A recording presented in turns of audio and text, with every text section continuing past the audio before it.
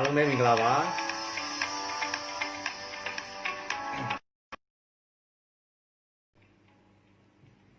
ကဲဒါဆိုရင်တော့အားလုံးပဲမင်္ဂလာပါဒီနေ့ကတော့ live အစီအစဉ်เนาะအပုတ်ပေါင်း40ပြည့်ဖြစ်ပါတယ်เนาะ live 0 boutique ဖြစ်ပါတယ်အဲ့တော့ကျွန်တော်တို့ရဲ့ live and success အစီအစဉ်ကဒီကမိတ်ဆွေတွေအားလုံးအတွက်ကိုရည်ရွယ်ပြီးတော့ဓာတ်ရိုက်စကားပြောတယ်အောင်မြင်ဖို့အတွက်အကြောင်းအရာတွေစိတ်သက်ခွန်အားနဲ့ပတ်သက်တဲ့အကြောင်းအရာတွေเนาะဖြိုးဟုတ်ကဲ့နာမည်ခေါ်ပေးပါတယ်เนาะကျန်တဲ့သူတွေအားလုံးလည်းနာမည်ခေါ်ပေးပါတယ်เนาะဟုတ်ပြီခဏနေကြတော့နာမည်တွေအကြာကြီးခေါ်ပေးမယ်ဟုတ်ပြီလားဒီနေ့နာမည်ခေါ်တဲ့အကြောင်းလေးကိုပြောပြပေးမှာเนาะ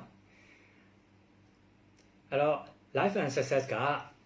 เนาะဒီကမိတ်ဆွေတွေအားလုံးအတွက်ကိုရည်ရွယ်ပြီးတော့ထုတ်လွှင့်လာတာဒီနေ့ဆိုရင်အပုတ်ပေါင်း40မြောက်ဖြစ်ပါတယ်เนาะအဲ့တော့အပုတ်ပေါင်း40မြောက်ဒါအားလုံးနဲ့တွေ့ရှိရတဲ့အတွက်ဒါဂုဏ်ယူပါတယ်ပျော်ရွှင်ပါတယ်ကျွန်တော်လည်းအပုတ်ပေါင်း40ထိကိုဒီကမိတ်ဆွေတွေအတွက်ရည်ရွယ်ပြီးတော့အကြောင်းအရာခေါင်းစဉ်မျိုးစုံအတွေးခေါ်ပေါင်းစုံအသိပညာပေါင်းစုံကိုစူးစီးပြီးတော့မျှဝေခဲ့တာပေါ့နော်နိုင်ပေါင်းဒါ40နီးပါးလောက်ထိပေါ့နော်တချို့ live တွေမှာနိုင်ဝက်လောက်ပဲဖြစ်သွားတာတွေရှိတယ်ဆိုတော့အခုမှစပြီးတော့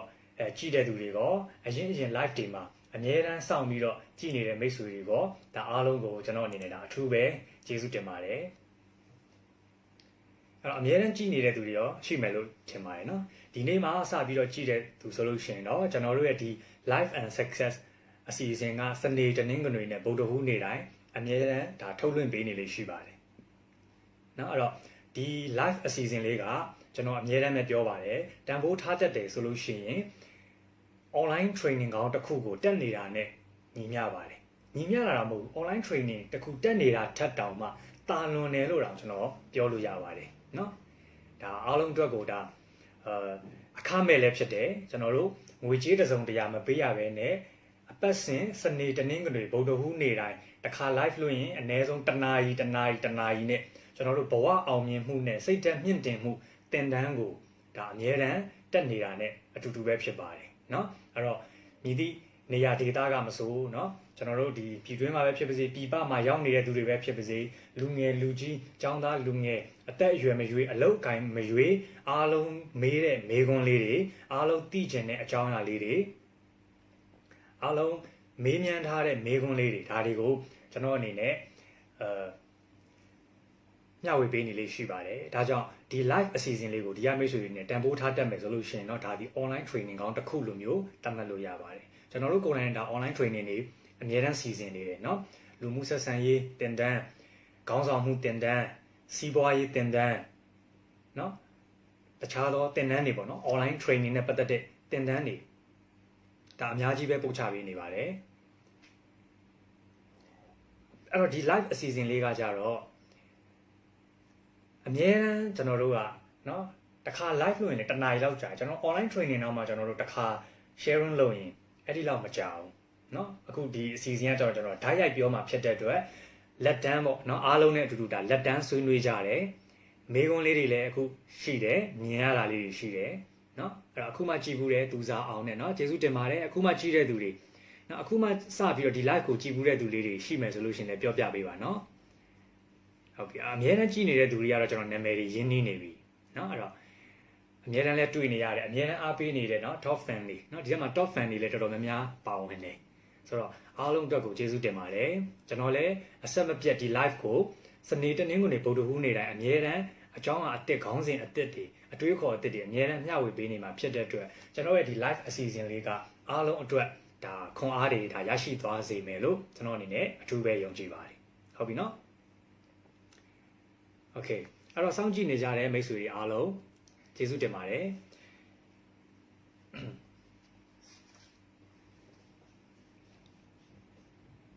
နော်အော်ဒီအခုမှကြည့်ဘူးတာဆိုလင်းဦးနော်အခုမှကြည့်တဲ့မိတ်ဆွေလေးတွေနော်တစ်ချက်လောက်ကြည့်မယ်နော်တိမ့်ထက်အခုမှစကြည့်တာပါဇာဇာဟုတ်ကဲ့ပါမင်္ဂလာပါကျေးဇူးတင်ပါတယ်နော်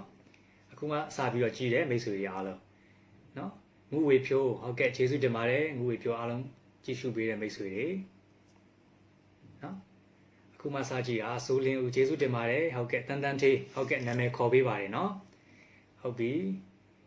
မေးစရာရှိတယ်ဆိုရင်မေးခွန်းလေးတွေခြံခဲ့ပေးပါနော်အခုဒီအစီအစဉ်လေးကအားလုံးပဲသိချင်တာမေးချင်တဲ့အကြောင်းအရာလေးတွေကိုကျွန်တော်တို့အခုဒီကမိတ်ဆွေတွေနဲ့ဓာတ်ရိုက်ပြောတယ်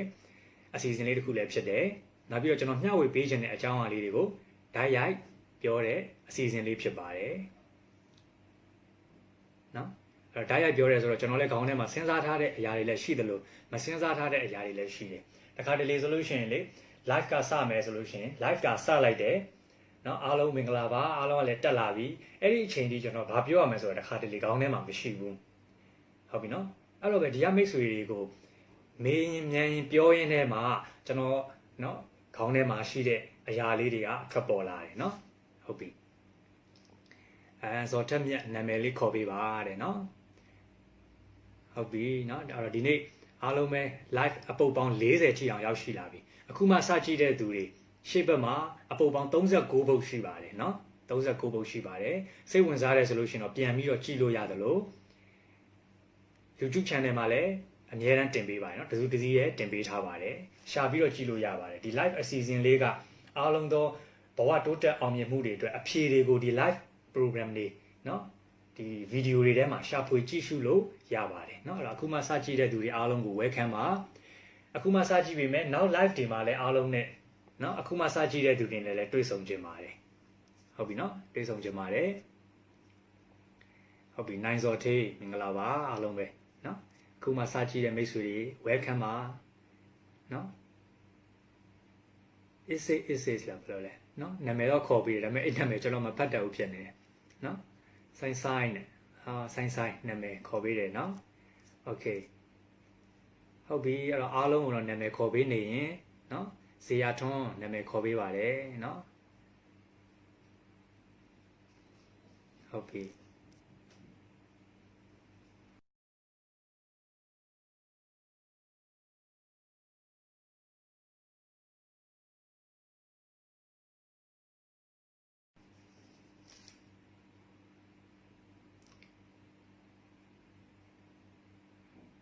အင်တာနက်လိုင်းလေးအဆင်ပြေလားမသိဘူးเนาะခဏလေးပါ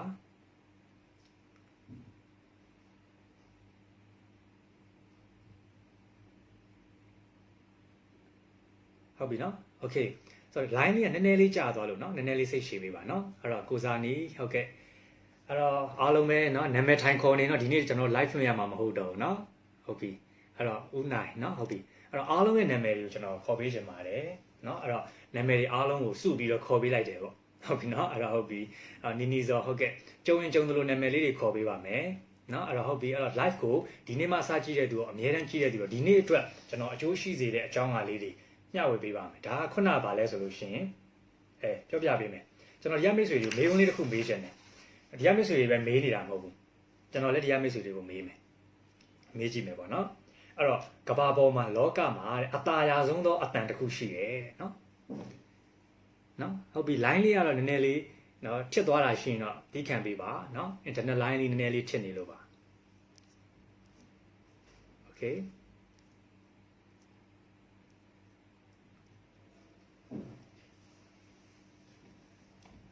လောကမှာတဲ့နော်အตาရာဆုံးသောအတန်ရှိတယ်နားထောင်ရတာနဝင်အချိုဆုံးသောအတန်ရှိတယ်အဲ့ဒီအတန်ကဘယ်လိုအတန်မျိုးဖြစ်မလဲနော်အဲ့ဒီမေးခွန်းလေးနော်ကျွန်တော်လည်းစဉ်းစားတယ်ဘာအတန်လဲတူရိယာအတန်လားနော်ဂျေငတ်တာလည်းနော်ဂျေငတ်တာလည်းကားရဲ့အတန်လားဘယ်လိုမျိုးအတန်လေးတွေလဲနော်အမေရဲ့သေးတန်တို့တားလျှော့သေးတန်တို့ဘာလို့နော်ဟုတ်ပြီအဲ့တော့အားလုံးကိုကျွန်တော်ပြောပြပါမယ်လောကမှာအตาရာဆုံးသောအတန်ကတဲ့မိမိရဲ့နာမည်ကိုတဲ့တခြားတစ်ယောက်ကခေါ်လိုက်တဲ့အတန်ဖြစ်ပါတယ်တဲ့ဟုတ်ပြီနော်ဒါလေးကဒီနေ့အဲ့ဒီအကြောင်းအရာလေးကိုပြောပြချင်တော့နော်ဆရာအတန်ပါတဲ့မီကီကျေးဇူးတင်ပါတယ်အားပေးတဲ့အတန်ဟုတ်ပြီဒါလည်းပါဝင်တာပဲအားပေးတဲ့အတန်ဆိုတော့အဲ့ဒီအားပေးတဲ့အတန်နဝင်ချိုတဲ့အတန်မိဘရဲ့အတန်နော်အဲ့ဒီအတန်တွေထဲမှာဘယ်အတန်ကိုလူတွေကအကြိုက်ဆုံးလဲဆိုလို့ရှိရင်ကိုယ့်ရဲ့နာမည်ကိုတဲ့လူတစ်ယောက်ကခေါ်လိုက်တဲ့အတန်နော်လူတစ်ယောက်ကခေါ်လိုက်တဲ့အတန်ကိုနှစ်သက်ကြတယ်ဒါကြောင့်အခုဒီ live လေးမှာနော်ကျွန်တော် live လွှင့်ပြီးဆိုလို့ရှိရင်ဒါအားလုံးကအမြဲတမ်းစကြတယ်နောက်ကြတယ်ပြောကြတယ်လေနာမည်လေးခေါ်ပေးပါနာမည်လေးခေါ်ပါနော်ကိုတငယ်ချင်း live လွှင့်ရင်လည်းအောက်မှာသွားပြီးတော့နာမည်လေးခေါ်ပေးပါဟုတ်တယ်မလားနာမည်လေးခေါ်ပေးပါဆိုတော့ကျွန်တော်လည်းဒီမိတ်ဆွေတွေလည်းစဉ်းစားကြည့်ကြည့်နော်နာမည်ခေါ်ပေးပါလို့ဘာကြောင့်ပြောတာလဲဟုတ်ပြီလားဥပမာတယောက်က live လွှင့်နေမယ်လူတယောက်က live လွှင့်နေမယ် သုံးပုံနဲ့အခုကျွန်တော်တို့လို့ဒီဟောပြောတဲ့သူတွေ live လွှင့်မယ်တခြားတစ်ယောက်က live လွှင့်နေမယ်အဲ့ဒီလိုမျိုး live လွှင့်နေတဲ့အချိန်မှာဘယ်သူပဲဖြစ်ဖြစ်ပေါ့နော် live လွှင့်တဲ့အချိန်မှာတော်တော်များများ comment တွေမှာတူတာလေးရှိတယ်နာမည်ခေါ်ပေးပါနာမည်ခေါ်ပေးပါเนาะဦးရန်ကြီးဟုတ်ပြီเนาะဟုတ်ပြီ MC ဒိုးလေးလားเนาะဟုတ်ကဲ့အဲ့တော့နာမည်ခေါ်ပေးပါနာမည်ခေါ်ပေးပါဆိုကိုယ့်ရဲ့နာမည်လေးကိုကြားလိုက်ရတဲ့အခါမှာလူတွေကနှစ်သက်တယ်ကြိုက်တယ်ဒါကြောင့်လောကမှာလူတွေအနှစ်သက်ဆုံးသောအတန်ဟာတဲ့နော်တခြားအတန်တွေလည်းဖြစ်နိုင်ပါတယ်နော်ဂုံပြူတဲ့အတန်အားပေးတဲ့အတန်နော်မေတ္တာထားတဲ့အတန်နူးညံ့တဲ့တေဂီတာတန်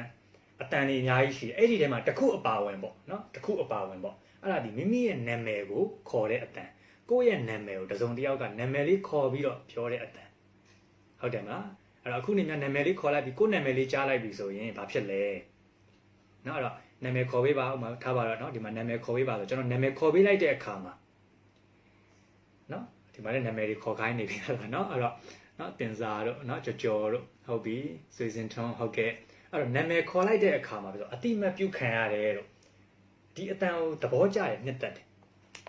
အဲ့ဒါကြောင့်ဒီနေ့အတွက်အရေးကြီးဆုံးသောအရာကအဲ့ဒီနာမည်ခေါ်ပေးခြင်းနော်နာမည်ခေါ်ပေးခြင်းဖြစ်ပါတယ်နော်ကြော်မိုးအောင်နော်နာမည်ခေါ်ပေးပါတယ်ဆိုတော့နာမည်ခေါ်ပေးခြင်းတနည်းအားဖြင့်တော့မိမိနာမည်ကိုခေါ်ရင်လူတွေကပြောတယ်နှစ်သက်တယ်ကြိုက်နှစ်သက်ကြတယ်နော်ဟုတ်ပြီအဲ့တော့လူမှုဆက်ဆံရေးမှာနော်ဟုတ်ပြီငယ်ငယ်နာမည်ခေါ်ပေးတယ်နော်ဒီနေ့တော့နာမည်ခေါ်တာနဲ့ပတ်သက်တာကိုပြောပြပေးမယ်ဒါကြောင့်အခုဒီကမိတ်ဆွေတွေအနေနဲ့လူတွေရဲ့နှစ်သက်တဲ့အရာတွေထဲမှာသူတို့ရဲ့နာမည်ကိုခေါ်ခြင်းဆိုတာပါဝင်တယ်အဲ့ဒါလေးဒီနေ့မှတ်ထားပေးပါဟုတ်ပြီနော်ຫນွယ်လေးဟုတ်ပြီနာမည်ခေါ်ပေးတယ်โอเคအောင်ကျော်မြတ်ဟုတ်ပြီဖြိုးမြတ်တွေနော်အဲ့တော့မိမိရဲ့နာမည်လေးကိုခေါ်လိုက်ရင်ဘယ်လိုခံစားရလဲအခုနာမည်ခေါ်တဲ့သူတွေလည်းရှိတယ်နော်နာမည်ခေါ်တဲ့သူတွေရှိတယ်နော်တန်တန်ထေးဇဇာဟုတ်ပြီအဲ့တော့ကိုယ့်နာမည်လေးကိုဒီနာမည်ကကိုလည်းအများအားကြားနေကြပဲငယ်ငယ်ကတည်းကဒီနာမည်ကျောင်းမှာလည်းခေါ်တယ်မိဘတွေကလည်းခေါ်တယ်နော်ဘာဖြစ်လို့သူများရဲ့နာမည်ကိုခေါ်ပေးပါသူများရဲ့နာမည်ကိုခေါ်ပေးပါလို့မပြောဘဲနဲ့ကိုယ့်နာမည်ကိုပဲခေါ်စီချင်တာလေနော်ဟုတ်ပြီကိုကြီးဟုတ်ပြီကျေးဇူးတင်ပါတယ်နော်ညံလင်းမောင်နီတုံးလေးတယ်နော်ဟုတ်ပြီအဲ့ဒီတော့ဘာကြောင့်ကိုယ့်နာမည်လေးကိုခေါ်လိုက်ရင်နော်ကျွန်တော်နိုင်အခုနာမည်ခေါ်ပေးပါလို့ပြောတဲ့သူတွေကိုကျွန်တော်နာမည်ခေါ်ပေးတယ်နော်အဲ့လိုနာမည်ခေါ်ပေးရင်ခေါ်ပေးခြင်းခံရရင်ဘာဖြစ်လဲအဲ့ဒါလေးကိုတစ်ချက်လောက်မှတ်ပေးပါနော်တူဟုတ်ပြီအေမီဖိုးမွန်ချစ်เนาะသူကတော့အများအားအားပေးနေတဲ့သူဖြစ်ပါတယ်เนาะ live time မှာတွေ့ပါတယ်เนาะဇင်မာဟုတ်ပြီဒေါ်နင်းနုဟုတ်ကဲ့အခုမှအားပေးတာကျေးဇူးတင်ပါတယ်ဖြိုးမြတ်သွဲပျော်သွားတယ်တဲ့နာမည်ခေါ်ရင်ပျော်သွားတယ်သူစားအောင်เนาะဟုတ်ပြီနာမည်ခေါ်ပြီးရင်ပျော်သွားတယ်ဇောသူလည်းအများအားပေးနေတယ်မမိုးမြင့်ဟုတ်ကဲ့မိုးကျော်သူเนาะအဲ့တော့အားလုံးနာမည်တွေကိုခြုံငုံပြီးတော့ခေါ်ပေးတယ်เนาะအဲ့တော့ဒါဆိုရင်ပြန်ပြီးတော့မိမယ်ဘာကြောင့်လူတွေကသူတို့ရဲ့နာမည်ကိုခေါ်ရတာခေါ်ခံရတာသဘောကျနှစ်သက်ကြတာလေဒီကမိတ်ဆွေတွေလည်းကိုယ့်နာမည်ကိုခေါ်လိုက်သဘောကျနှစ်သက်တယ်နော်နန္ဒာကိုကြီးစန်းကိုနော်ကိုယ့်နာမည်ကိုခေါ်ခံလိုက်ရရင်အရင်နှစ်သက်တယ်အဲ့တော့ဒီကမိတ်ဆွေတွေဒီအချက်လေးကိုလူမှုဆက်ဆံရေးနယ်ပယ်မှာအသုံးချပါနော်နန်းအေးအောင်လူမှုဆက်ဆံရေးနယ်ပယ်မှာအသုံးချပါအခု sharing လုပ်နေရင်နဲ့ပြောနေတဲ့စကားထဲမှာကိုယ့်ရဲ့နာမည်လေးเนาะကြားလိုက်တဲ့အခါမှာလူရဲ့စိတ်ထဲမှာကျဉ်တ်တယ်ပီတိဖြစ်တယ်ပျော်တယ်သဘောကျတယ်เนาะ cherry chat ဟုတ်ကဲ့ပါအဲ့တော့ရေးပေးပါเนาะဘာကြောင့်နာမည်ခေါ်ခံရရင်သဘောကျကြတာလဲနှစ်သက်ကြတာလဲเนาะကိုယ့်နာမည်ကိုခေါ်လိုက်တာအတိမတ်ပြုသလိုပဲเนาะဟုတ်ပြီစိန်ကိုဟုတ်ပြီမင်းစာနီเนาะ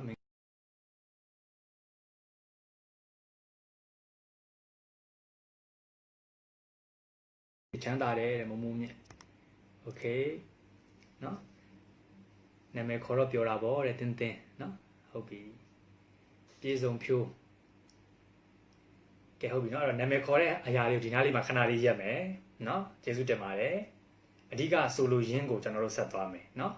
နှုတ်မဆိုရင်ရှေ့ဆက်ရောက်မှာမဟုတ်တော့အားလုံးနာမည်ခေါ်ခံခြင်းတယ်ဆိုတာကိုသိတယ်ကျွန်တော်လည်းအဲ့ဒီတိုင်းပဲเนาะသူများ live ဒီမှာဝင်ကြည့်ရင်ဆရာဖူးတော်စင် live ကိုဝင်ကြည့်နေဆိုတော့နာမည်လေးခေါ်လိုက်တဲ့ခါမှာကိုကဘာဖြစ်ဟောကိုကြည့်နေတာကိုသိပါလားစသဖြင့်ဒီလိုမျိုးလေးပီတိဖြစ်တာတွေအတိမပြုခံရတာတွေเนาะသူခေါ်မခံရသေးဘူးအခုခေါ်ခံလိုက်ရပြီเนาะဟုတ်ပြီပီတိဖြစ်တယ်အတိမပြုခံရတယ်เนาะ အဲ့တော့တစ်ခါလေးမှာကျွန်တော်ကလည်းဒီက live ကသူတွေကိုနာမည်မခေါ်ပေးမဲ့လဲကျွန်တော်ကမြင်နေရတယ်လေဒီကမိတ်ဆွေတွေ comment မှန်ရင်သူ့ဘေးမှာနာမည်လေးတွေပါတယ်ကျွန်တော်စိတ်ထဲကနေ live ဖတ်နေတယ်ဘာကြောင့်လဲဆိုတော့ဒီကမိတ်ဆွေတွေရဲ့နာမည်ကိုပဲကျွန်တော်ကထိုင်ဖတ်ပြီးတော့အဲ့နာမည်တွေပဲထိုင်ခေါ်နေရင်ကျန်တဲ့သူတွေကြီးတဲ့သူတွေကစိတ်ပြတ်သွားမှာပေါ့ဟုတ်ပြီနော်ဟန်လင်းထက်ဟုတ်ပြီကျေးဇူးပါကြုံရင်ကြုံသလိုနာမည်လေးတွေခေါ်ပေးပါမယ်နော်အဲ့တော့ comment လေးတွေရေးထားပေါ့ comment လေးရေးပြီးတက်လာတဲ့အခါမှာကျွန်တော်မင်းဖြေပါဖြေတဲ့သူတွေကိုအတိမတ်ပြတဲ့အနေနဲ့လည်းကျွန်တော်ဖြေပေးမယ်ဟုတ်ကဲ့ပါနော်ဗတောက်ခိုင်လားနော်ကိုယ်ရေးပေးတာလူတိုင်းနှစ်သက်တယ်အဲ့တော့ဒီနေ့အဓိကပြောချင်တာဒီလူတိုင်းဒီသူတို့ရဲ့နာမည်ကိုနှစ်သက်တယ်ဒါအဓိကပြောချင်တာဖြစ်ပါတယ်နော်ဟုတ်ပြီလွမ်းဝေအောင်နော်လွမ်းဝေအောင်နာမည်ခေါ်ပေးပါတယ်နော်ရင်းရင်းနှီးနှီးပို့ဖြစ်သွားတယ် close ဖြစ်သွားတယ်ခင်မင်သွားတယ်နော်ထေထေလှဟုတ်ပြီအဲ့ဒီတော့ဒီနေ့အဓိကမှတ်သားစေချင်တာဒီလူတိုင်းဒီမိမိရဲ့နာမည်ကိုနှစ်သက်တယ်မိမိကိုနာမည်ခေါ်တာကိုကြိုက်တယ်ကိုယ်နာမည်ကိုတလေးတစားခေါ်ရင်သို့မဟုတ်လေအတိမတ်ပြုစွာခေါ်ရင်အမှတ်ရစွာနဲ့ခေါ်ရင်ပျော်ရွှင်ကြတယ်အဲ့ဒါကိုဒီကမိတ်ဆွေတွေလူမှုဆက်ဆံရေးနယ်ပယ်ခေါင်းဆောင်မှုနယ်ပယ်စီးပွားရေးနယ်ပယ်ဘဝအောင်မြင်မှုနယ်ပယ်မှာအသုံးချပါเนาะတန်အောင်ဆိုးနာမည်ခေါ်ပေးပါတယ်เนาะအသေးချမ်းနဲ့ဗာချမ်းနဲ့เนาะနာမည်ခေါ်ပေးပါတယ်เนาะဟုတ်ပြီအပုတ်တိုင်းအောင်အားပေးတယ်တဲ့เนาะဦးရန်ကြီးကျေးဇူးတင်ပါတယ်သူလည်းအောင်เนาะโอเคအဲ့တော့ခုနပြောပြီးသွားပြီเนาะစီးပွားရေးနယ်ပယ်လူမှုဆက်ဆံရေးနယ်ပယ်အောင်မြင်ရေးနယ်ပယ်ခေါင်းဆောင်မှုနယ်ပယ်မိသည့်နယ်ပယ်မှာမဆိုအဲ့ဒါကိုအသုံးချပါဟုတ်ပြီเนาะတနိုင်ဆိုနာမည်ခေါ်ပေးပါတယ်เนาะဟုတ်ပြီမိုးသူနာမည်ခေါ်ပေးပါတယ်เนาะအဲ့တော့နာမည်ခေါ်ရတာမခတ်ဘူးလေဟုတ်တယ်မလားเนาะအခုချိန်ကတော့နည်းနည်းခတ်တာပါဆိုတော့ကျွန်တော်ကပြောမဲ့အချောင်းကလည်းစဉ်းစားနေတဲ့အပြင်ဒီကမိတ်ဆွေရဲ့နာမည်တွေလည်းကျွန်တော် like ဖတ်ပြီးတော့ခေါ်ပေးတယ်ဆိုတော့အပြင်မှာအလုပ်လုပ်တဲ့အခါမှာဒီကမိတ်ဆွေတွေအဲ့ဒီနာမည်တွေကိုအသုံးချပါနာမည်ခေါ်ခြင်းကိုအသုံးချပါဟုတ်ပြီเนาะရွှေပိုးဝါဝါเนาะဟုတ်ပြီနာမည်ခေါ်တဲ့အရာကိုအသုံးချပါကိုလူတွေနဲ့เนาะခင်မင်စွာနဲ့ယင်းနီးဆက်ဆံခြင်းနဲ့အလုတ်ခွင်တွေမှာအဆင်ပြေခြင်းနဲ့ပေါင်းတင်ဆက်ဆံရေးတွေပိုကောင်းလာစေခြင်းနဲ့လူချစ်လူခင်ပိုများခြင်းနဲ့ဆိုလို့ရှိရင်နာမည်တွေကိုသိပါနာမည်တွေကိုအသုံးချပါပြီးတော့ကိုကစဉ်းစားကြည့်ကိုဟာလူဘယ်နှယောက်ရဲ့နာမည်ကိုသိနေတယ်လဲเนาะ Mary เนาะကျေးဇူးတင်ပါတယ်အများနဲ့ခေါ်ပါတယ်ဟုတ်ပြီအဲ့ဒီတော့ကိုဟာလူဘယ်နှယောက်ရဲ့နာမည်ကိုမှတ်မိနေလဲအခုဒီထဲမှာအလုတ်ခွင်မှာအလုတ်လုပ်နေတဲ့သူတွေပါလိမ့်မယ်เนาะဝန်ထမ်းတွေပါလိမ့်မယ်သို့မဟုတ်ကိုယ်ပိုင်လုပ်ငန်းလုပ်နေတဲ့သူတွေပါလိမ့်မယ်ဟုတ်ပြီเนาะနခွန်အဇူလာเนาะခေါ်ပါတယ်เนาะတချို့နာမည်လေးတွေဖတ်အခက်တယ်เนาะအဲ့တော့ကိုကအလုတ်ခွင်မှာအလုတ်လုပ်နေတယ်စီးပွားရေးလုပ်နေတယ်ဆိုရင်ကိုအလုတ်ခွင်မှာရှိနေတဲ့လူတွေရဲ့နာမည်ကိုသိဖို့လိုအပ်တယ်ဈေးရောင်းနေတဲ့သူတွေစီးပွားရေးလုပ်နေတဲ့သူတွေဆိုကိုယ့်ရဲ့ customer တွေရဲ့နာမည်ကိုသိဖို့လိုအပ်တယ် customer တွေကအများကြီးပဲဘယ်လိုလုပ်မှတ်နိုင်မလဲเนาะဆိုလို့ရှိရင်ကိုယ့်ရဲ့အမြဲတမ်းဖောက်တယ်တွေအမြဲတမ်းဝယ်ယူနေတဲ့သူတွေရဲ့နာမည်ကိုသိအောင်လုပ်ပါဟုတ်ပြီเนาะနာမည်ကိုသိအောင်လုပ်ပါသူတစ်ဖက်သားရဲ့နာမည်ကိုသိခြင်း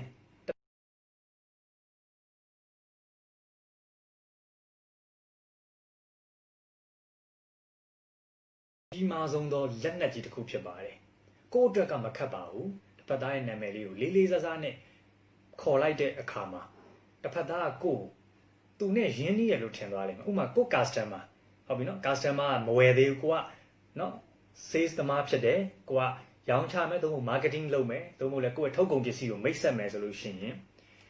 ဝယ်သူနော် customer ကိုသူ့နာမည်လေးတွေခေါ်ပြီးတော့ပြောပြီးတော့နော်သူ့ကိုကုန်ပစ္စည်းမိတ်ဆက်လို့ရတယ်တနည်းအားဖြင့်ဈေးရောင်းလို့ရတယ်မိတ်ဆက်လို့ရတယ်နော်မသိသေးရင်လည်းသူ့ရဲ့နာမည်ကိုတလေးတစားလေးမေးဖို့လိုအပ်တယ်နော်အမနာမည်ဘယ်လိုခေါ်လဲဟုတ်ကဲ့နာမည်လေးတစ်စိမ့်လောက်သိပြရစီပြောပြီးတာနဲ့ဘာဖြစ်လဲဆိုတော့အဲ့ဒီနာမည်ကိုခေါင်းထဲမှာတေချာလေးမှတ်ထားဖို့လိုအပ်တယ်နော်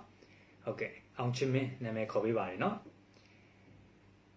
အဲ့တော့ line လေးနည်းနည်းလေးဖြစ်သွားရင်တော့တီးခံပေးပါနော် internet line ကပြက်လိုက်နော်ကောင်းလိုက်ဖြစ်နေကောင်းတာပုံများပါတယ်နည်းနည်းလေးဖြစ်သွားရင်တော့တီးခံပေးပါနော်ဟုတ်ပြီအဲ့တော့ဒီနေ့ဆွေးနွေးနေတဲ့အကြောင်းအရာဒီနာမည်ဖြစ်ပါတယ်နာမည်ခေါ်ပါနာမည်တွေကိုမှတ်မိပါနာမည်တွေကိုအသုံးချပါဟုတ်ပြီနော် အဲ့တော့နာမည်မှတ်မိရခက်နေတယ်เนาะခက်နေတယ်မှတ်ရမယ်ဟုတ်တယ်မှတ်ရမယ်ကိုယ့်အတွက်အရေးပါတဲ့ customer တွေအရေးပါတဲ့လုပ်ဖို့ကင်ဘတ်တွေဟုတ်ပြီเนาะကိုကခေါင်းဆောင်လုပ်နေရဆိုလို့ရှိရင်လည်းကိုယ့်ရဲ့ team members ရဲ့နာမည်တွေသူတို့ရဲ့နာမည်တွေကိုကတိထားရမယ်တလေးတစားနဲ့ခေါ်ရမယ်တိလဲတိထားရမယ်ဟုတ်ပြီเนาะအဲ့တော့ဒါလေးကအသုံးချလို့ရတယ်ဒီနေ့ live မှာတိသွားပြီဆိုမနေ့ဖြန်မှာအသုံးချကြည့်ဟုတ်ပြီเนาะဦးဝင်းနိုင်เนาะဦးဝင်းနိုင်ထွန်းဟုတ်ကဲ့ name နဲ့เนาะ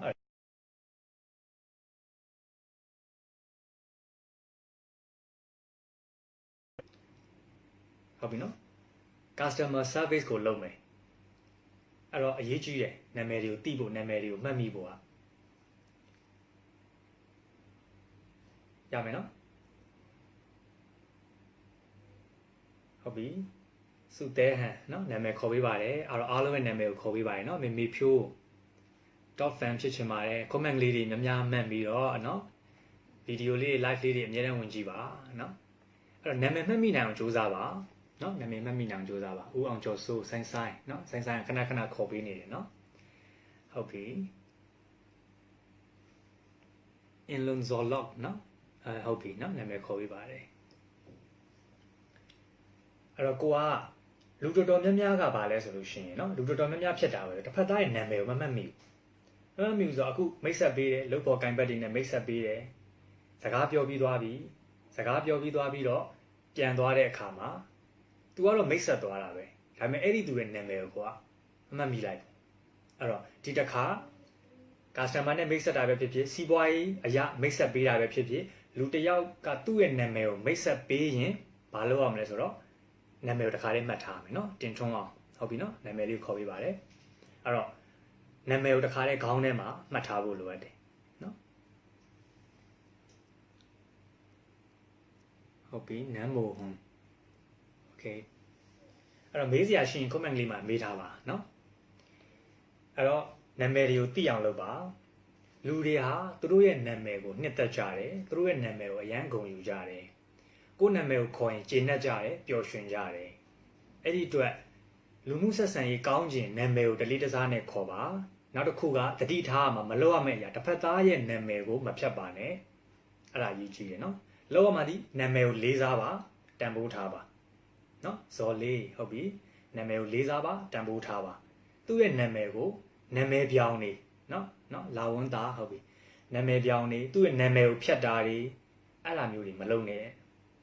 အဲ့ဒါရေးကြည့်ပါတယ်เนาะတချို့ဆိုရင်ရှိတယ်သူ့ရဲ့နာမည်ကိုမမှတ်ထားဘူးမမှတ်ထားဘဲနဲ့ကိုပေးချင်တဲ့နာမည်တွေပေးတာလေဟုတ်တယ်မလားကျောင်းတော့ဆိုလဲဒီတိုင်းပဲကိုတငယ်ချင်းတွေကိုမသိဘူးမသိဘဲနဲ့ तू ကเนาะနာမည်တွေလျှောက်ပေးတာเนาะနာမည်တွေလျှောက်ပေးတာเนาะဟိုကျွဲဟီတို့နွားဟီတို့တလိษံနာမည်တွေပေးတဲ့ तू ကပေးတခြားเนาะ तू မကြိုက်တဲ့နာမည်တွေပေးတဲ့ तू ကပေးအဲ့လိုမျိုးကြရင်တစ်ဖက်သားမကြိုက်ဘူးမနစ်သက်ဘူး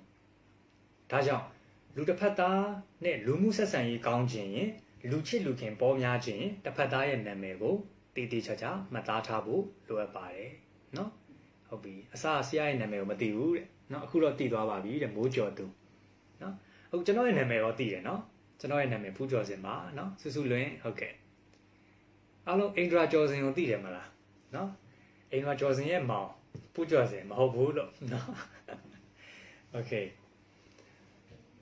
ဒါမှတ်ရလွယ်အောင်ပေါ့နော်ဒါအိမ်ကကြော်စင်ဖူးကြော်စင်မှတ်ရလွယ်ကျွန်တော်နာမည်တော့ရှားတယ်နော်ဖူးနဲ့ကြော်စင်နဲ့ပေါင်းထားတာရှားတယ်ယောက်ျားလေးထဲမှာရှားပါတဲ့နာမည်လေးပေါ့နော်ဟုတ်ပြီထုံးဝင်းမောင်နာမည်ခေါ်ပေးပါတယ်တီဟာကျော်မင်းငင်းအေးနော်အဲ့ဒီလိုမျိုးလေးနာမည်လေးတွေခေါ်လိုက်တဲ့အခါမှာဟာနောက်နာမည်လေးခေါ်တယ်စိတ်ထဲမှာနှစ်သက်တယ်ပျော်ရွှင်တယ်အဲ့တော့အားလုံးအနှစ်ချုပ်ပြီးတော့ပြောလိုက်ပါမယ်เนาะအနှစ်ချုပ်ပြီးပြောလိုက်ပါမယ်လူတိုင်းဟာသူတို့ရဲ့နာမည်ကိုနှစ်သက်တယ်သူတို့ရဲ့နာမည်ကိုဖြတ်တာမကြိုက်ဘူးသူတို့ရဲ့နာမည်ကိုခေါ်ရင်ပျော်ရွှင်ကြတယ်ကိုယ်ခင်မင်တယ်ကိုယ်ပူပြီးရင်းနှီးတယ်ဒါကြောင့်တစ်ဖက်သားနဲ့ခင်မင်ခြင်းနဲ့တစ်ဖက်သားနဲ့ရင်းနှီးခြင်းနဲ့တစ်ဖက်သားနဲ့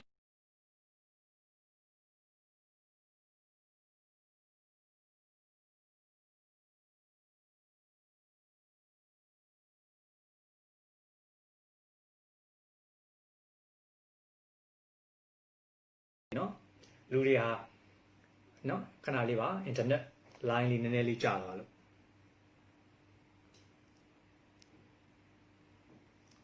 ဟုတ်ပြီနော်ကိုနိုင်နိုင်လင်းနော်နာမည်ခေါ်ပေးပါတယ်ကျန်တဲ့သူတွေလည်းနာမည်ခေါ်ပေးပါမယ်နော်ဟုတ်ပြီမေဆန်းမိုးအဲ့လိုမျိုးနာမည်လေးတွေခေါ်တယ်ဆိုတော့လူတွေဟာသူတို့ရဲ့နာမည်မှာစိတ်ဝင်စားကြတယ်ဥပမာလေးတစ်ခုပေါ့နော်ဥပမာလေးတစ်ခုအခုကိုကကိုယ့်ရဲ့နာမည်ကိုနော်အခေါ်မခံရဘဲနဲ့သူများရဲ့နာမည်တွေကိုပဲခေါ်နေဟာငါနာမည်ကြတော့မခေါ်ဘူးငါနာမည်အလှည့်မရောက်သေးဘူးစသဖြင့်ပေါ့ငါနာမည်ကိုကြော်သွားတယ်ဆိုတော့လူတွေကသူတို့ရဲ့နာမည်ကိုမခေါ်ရင်မကြိုက်ဘူးသူတို့ရဲ့နာမည်ကိုခေါ်ရင်ကြိုက်တယ်ကြော်သွားရင်မကြိုက်ဘူးခေါ်ရင်ကြိုက်တယ်ဟုတ်ပြီနော်ဆိုတော့အဲ့ဒီလိုမျိုးပဲနော်ဟုတ်ပြီခင်ဝါဝါဦးတဲ့နော်အဲ့ဒါတော့အမေပါနော်အမေသားကြီးဘူးအမေကိုလည်းနာမည်ခေါ်ပေးပါတယ်နော်ဒီမှာ live မှာကြည်နေတယ် okay အဲ့တော့တမဏိဘယင်ကြီး Andrew Carnegie ဆိုတာရှိတယ်เนาะအားလုံးပဲကြားဘူးလေမ Speaking ပေါ့ Andrew Carnegie ဆိုတော့သူကလူတော်တော်များများရဲ့နာမည်တွေကိုသူကမှတ်သားထားတယ်သူရဲ့အလုပ်ခွင်မှာရှိနေတဲ့လူတွေရဲ့နာမည်တွေကိုလည်းသူကသိတယ်မှတ်သားထားတယ်သူ့ရဲ့စီမံခန့်ခွဲမှုကဘာလဲလူတွေကိုဥဆောင်မှုစီမံခန့်ခွဲမှုရဲ့เนาะလူတွေပေါ်သူကအုပ်ချုပ်နိုင်တယ်လူတွေကိုသူကလွှမ်းမိုးနိုင်တယ်လူတွေနဲ့အလုပ်လုပ်တဲ့နေရာမှာအရန်အဆင်ပြေတယ်သူ့ရဲ့လျှို့ဝှက်ချက်တွေလူမှုဆက်ဆံရေးလျှို့ဝှက်ချက်တွေများစွာတဲ့တစ်ချက်ကတော့သူဟာလူတွေကိုအလုပ်လုပ်တဲ့အခါမှာစီစဉ်ညွှန်ကြားတဲ့အခါမှာစေခိုင်းတဲ့နေရာမှာအမြဲတမ်းနာမည်လေးကိုတလေးတစားနဲ့ခေါ်တယ်ဟုတ်ပြီနော်အမြဲတမ်းလေးလေးစားစားနဲ့လူတွေရဲ့နာမည်လေးကိုခေါ်တယ်နော်မောင်ဘသူရေးဘာလေးလုပ်ပေးပါဟာမတ်ဘသူရေးဘာလေးဘယ်လိုမျိုးလေးလုပ်ပေးပါဟုတ်ပြီနော်မေဦးလွင်နော်မကြော်ပါဘူးခေါ်ပေးပါတယ်နော်โอเคအဲ့တော့ဘာဖြစ်လို့လဲဆိုတော့ live လွှင့်ရင်းနဲ့ကျွန်တော်ကဒီနာမည်တွေပါကြည့်ရတာဆိုတော့ခေါင်းကလည်းစဉ်းစားရဆိုတော့တကယ်လို့ကြော်သွားရင်တီးခံပါเนาะအဓိကနာမည်ခေါ်တဲ့အခါမှာเนาะထာဝရအချက်တဲ့เนาะနာမည်ခေါ်ပေးပါတယ်เนาะတင်လွင်နဲ့ Rose ကျေးဇူးတင်ပါတယ်အဲ့တော့အဲ့လိုပဲကျွန်တော်ပြောနေတဲ့အခါမှာနာမည်လေးတွေเนาะခေါ်လဲခေါ်ခြင်းနဲ့ခေါ်လိုက်ရင်ပြောတဲ့အစီအစဉ်ကပြတ်သွားမှာဆိုလို့အဲ့တော့ Andrew Carnegie အကြောင်းလေးပြောမယ်နောက် live တွေမှာအဝထိုင်ပြီးတော့နောက်တစ်ခါကျရင်ဘာ live ဘာအကြောင်းမှမပြောပဲနာမည်တွေပဲထိုင်ခေါ်မယ်ဟုတ်ပြီเนาะအဲ့တော့နာမည်ထိုင်ခေါ်ပြီးဓာတ်ရိုက်ပြောကြမယ်ပေါ့ဓာတ်ရိုက်နာမည်ထိုင်ခေါ်ကြမယ်ပေါ့နော်နောက် live တွေကြရင်ဒီနေ့တော့เนาะခိုင်ခင်ဦးဟုတ်ပြီပို့သူဒီနေ့တော့အကြောင်းအရာလေးကိုထပ်ပြီးတော့ဆက်မယ်เนาะဒေစာဖြူဝင်းเนาะအကြောင်းအရာလေးကိုကျွန်တော်ဆက်မယ်အဲ့တော့နာမည်လေးကိုခေါ်ခံလိုက်ရရင်ကြိုက်နှစ်သက်တာဖြစ်တဲ့အတွက်နာမည်ခေါ်ခြင်းဒီစီမံခန့်ခွဲမှုဒီထဲမှာ manager တွေပါလိမ့်မယ်အလုပ်လုပ်တဲ့ business owner တွေပါလိမ့်မယ်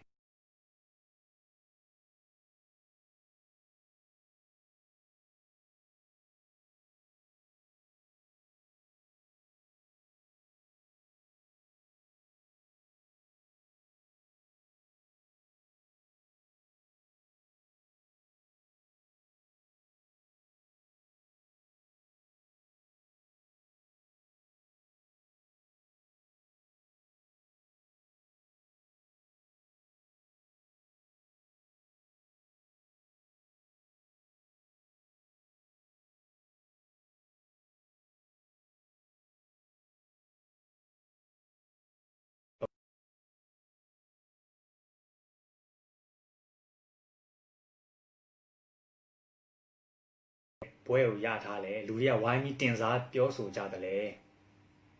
နော်ဟုတ်ပြီ line မကောင်းရင်နည်းနည်းလေးတီးခံပေးပါနော်အတန်လေးတိုးနေရင်ကိုယ့်ရဲ့ဖုန်းရဲ့ volume လေးကို control လုပ်ပေးပါနော်အားလုံးတချို့တွေကတော့အတန်ကြားရပါတယ်နော်ကျွန်တော်လည်း microphone နဲ့ပြောနေတာဖြစ်တဲ့အတွက်အတန်ကတော့ကျယ်ပါတယ်တချို့ဆိုအတန်တော့မှနည်းနည်း short ခိုင်းနေဆရာအတန်ကျယ်တယ် short ပေးပါအောင်နဲ့နော်အဲ့တော့အတန်မကြားရရင်ကိုယ့်ရဲ့ဖုန်းသို့မဟုတ်ကိုနေတဲ့ data ရဲ့ internet line ဒီဘော်တွေပေါ်မှာမူတည်ပါတယ်เนาะဟုတ်ကဲ့အဲ့တော့ကျွန်တော်ဘက်ကလည်း line တစ်ခါတလေထစ်တာလေးတွေလည်းရှိပါတယ်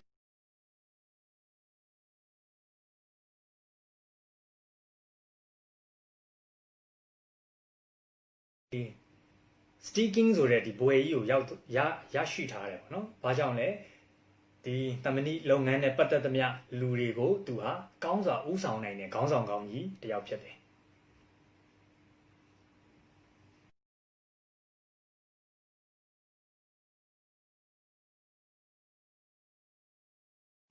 ဟုတ်တယ် line မကောင်းတော့ကျွန်တော်လည်းပြောရတာနည်းနည်းထစ်ဖြစ်သွားတယ်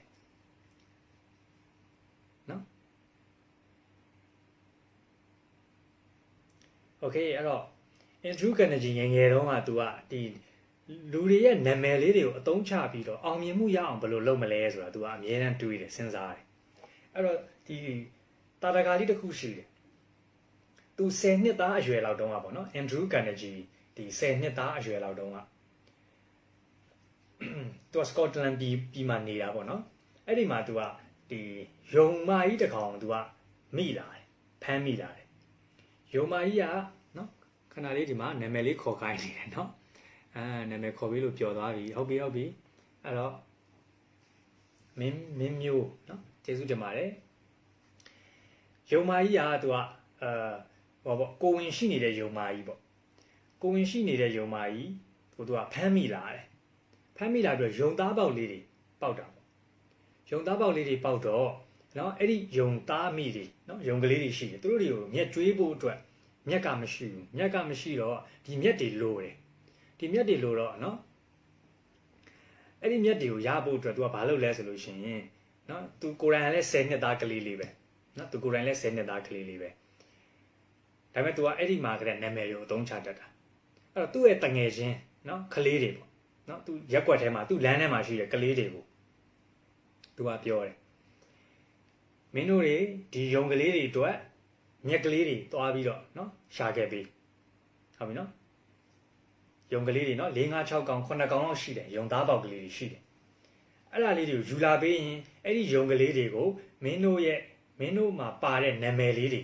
ဟုတ်ပြီနော်ယုံကလေးတွေကိုနာမည်ပေးပြီးမယ်အဲ့ဒါနဲ့ဘာဖြစ်လဲဆိုတော့ခုနကလေးတွေကယုံကလေးတွေကိုမှနာမည်မရှိသေးဘူးမင်းတို့ရဲ့နာမည်လေးတွေပါအောင်ယုံကလေးတွေကိုနာမည်မှဲ့ပေးမယ်ဆိုတော့ကလေးတွေကဘာသွားလုပ်ကြလဲဆိုတော့အဲ့ဒီမှာတပျော်တစ်ပါးကြီးနဲ့မြက်တွေသွားရှာပြီးယုံကလေးတွေကိုကျွေးကြတယ်အဲ့မှာသူ့ယုံငါယုံစသဖြင့်ပေါ့နော်စီစီမွေးနော်နာမည်လေးခေါ်ပြီးပါတယ်အဲ့တော့အခုကတော့ဒါနာမည်ခေါ်တဲ့အကြောင်းပြောရင်းနဲ့နာမည်ခေါ်လိုက်ပေါ့နော်ဒီခံပြီးတော့နားထောင်ပေးပါဟုတ်ပြီဆိုတော့အဲ့လိုနည်းနဲ့ယုံကလေးတွေစားဖို့အတွက်မျက်ရှာပြီးတဲ့သူကိုနာမည်လေးတွေမှဲ့ပေးမယ်ဆိုတော့ကလေးတွေဝိုင်းပြီးရှာပြီးတယ်ဒါဒီသူ့ရဲ့နော်အတိညာဏ်ကိုအသုံးချတယ်နော်နာမည်တွေကိုအသုံးချပြီးတော့သူလှုပ်ချင်တဲ့အရာကိုဖြစ်မြောက်အောင်ဆောင်ရွက်တယ်ကြမျိုးလေးကျွန်တော်တို့ငယ်ငယ်တုန်းကလည်းကျောင်းမှာအပင်တွေစိုက်စေခြင်းတယ်နော်အပင်တွေစိုက်စေခြင်းတော့ဆရာမကဘာလုပ်လဲဆိုတော့အပင်ပေါက်ကလေးတွေယူလာခဲ့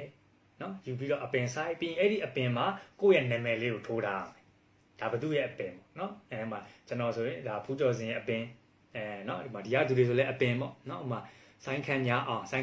ရဲ့အပင်ဆိုဆိုင်းခန်းညာအောင်ရဲ့အပင်ဒါမျိုးလေးတွေထည့်ပေးတာဟုတ်ပြီနော်ဖြိုးမြတ်သွဲဆိုရင်ဖြိုးမြတ်သွဲရဲ့အပင်ဒါမျိုးလေးတွေချိတ်ပေးဇာဇာဆိုရင်ဇာဇာရဲ့အပင်အဲ့ဒီလိုမျိုးလေးသူကချိတ်ပေးထားတယ်နော်အဖြည့်ခံရဲ့အပင်နော်နာမည်ကအဖြည့်ခံနော်ဟုတ်ပြီအဲ့ဒီတော့အဲ့လိုအပင်လေးတွေမှာကိုယ်နာမည်လေးတွေတက်ထားတော့ဒီအပင်ကလေးရှင်တန်အောင်ဟုတ်ပြီနော်ဒီအပင်ကလေးမနွမ်းသွားအောင်တောင်းယူရတော့မယ်နာမည်သာမထိုးတိုင်းအဆင်မပြေဘူးနော်အဲ့တော့ကိုယ်နာမည်လေးတွေထိုးထားတဲ့အတွက်ကိုနဲ့သက်ဆိုင်တဲ့အပင်လို့သူတို့တွေကခံယူတယ်ကျွန်တော်တို့လည်းခံယူထားတယ်နော်ဟာမောင်မောင်ရဲ့အပင်ကြော်ကြော်ရဲ့အပင်ဟုတ်တယ်မလားနော်ဟာအေးရဲ့အပင်ဆိုတော့အပင်လေးတွေမှာနာမည်လေးတွေထိုးပေးတာဖြစ်တဲ့အတွက်ចောင်းသူចောင်းသားလေးတွေကဘာလုပ်လဲသူနဲ့သက်ဆိုင်တဲ့အပင်လေးတို့အများအားဂရုစိုက်တယ်အပင်လေးကိုရေလောင်းတယ်နော်အပင်လေးရှင်သန်လောင်လုပ်တယ်သူနာမည်ထိုးထားတဲ့အပင်လေးကြီးထွားလာပြီးရှင်သန်လာပြီးဆိုရင်ပျော်တယ်အဲ့တော့ဒီတော့ဆရာမတွေကလည်းအဲ့ဒီတိုင်းပဲเนาะအပင်လေးတွေကိုဂရုစိုက်စေချင်တော့ကဲသားတို့သမီးတို့အပင်တွေကိုဂရုစိုက်ရမယ်လို့မပြောဘူးဘာလို့လဲအပင်လေးတွေမှာဆိုင်ရာနာမည်လေးတွေကိုလိုက်တက်ပေးဆိုပါစို့ကိုယ့်ရဲ့အခန်းထဲမှာเนาะအခန်းထဲမှာအတန်းပေါ်တွေအယောက်60ရှိတယ်ဆိုလို့ရှိရင်အပင်ပေါင်း60ចောင်းသားចောင်းသူတယောက်ချင်းစီရဲ့နာမည်ကိုတန်းအဲ့အပင်ပေါင်း60စလုံးကိုတယောက်တပင်စီကဝိုင်းမိဂရုစိုက်ကြမှာဟုတ်ပြီเนาะဝိုင်းမိဂရုစိုက်ကြမှာဒါကဘာလဲဆိုတော့လူတွေဟာသူ့ရဲ့နာမည်ပေါ်မှာတန်ဖိုးထားတယ်နာမည်ပေါ်မှာနှစ်သက်တယ်နာမည်ပေါ်မှာချစ်မြတ်နိုးတဲ့အရာကိုအသုံးချပြီးတော့လူတွေကိုခေါင်းဆောင်မှုလုပ်တာလို့ခေါ်တယ်အဲ့တော့ဒါကိုကျွန်တော်တို့ကစီးပွားရေးထဲမှာယူပြီးတော့လည်းသုံးလို့ရတယ်ခေါင်းဆောင်မှုနဲ့လူမှုဆက်ဆံရေးနယ်ပယ်မှာသုံးလို့ရတယ်ဘာမှမခက်ဘူးเนาะဒီ check ကလေးက တစ်ဖက်သားရဲ့နာမည်ကိုရင်းရင်းနှီးနှီးလေးလေးစားစားခေါ်ပေးရုံပဲအရန်ကိုအလုတ်တွင်တယ်အရန်ကိုအလုတ်ဖြစ်တယ်ဟုတ်ပြီနော်အဲ့ဒီမျိုးလေးလုပ်တယ်နော်အဲ့တော့မောင်စိုးတက်ဦးနော်ကျေးဇူးတင်ပါတယ်အဲ့တော့အဲ့လိုမျိုးနာမည်လေးတွေကို तू ခေါ်ပေးပြီးတော့လုပ်တယ်ဆိုတော့ तू နှစ်ပေါင်းများစွာကြာတဲ့အခါမှာနော်ဒီ10နှစ်သားကလေးလေးကာနဂျီကနော်အန်ဒရူးကာနဂျီကတကယ်လုပ်ငန်းကြီးတွေလုပ်တဲ့အခါမှာလေ तू အဲ့ဒီနီးကိုအလုတ်ခွင်မှာသုံးတယ်အလုတ်ခွင်မှာ तू သုံးတယ်ဆိုပါစို့အဲ့ဒီမှာ तू တာတကာလေးတစ်ခုရှိတယ်နော်အလုတ်ခွင်မှာသုံးပြီးဒေါ်လာတန်းပေါင်းများစွာရှာတယ်ဘယ်လိုမျိုးရှာလဲနာမည်လေးတစ်လုံးကိုအသုံးချခြင်းတယ်ပဲနော်စုစုလွင်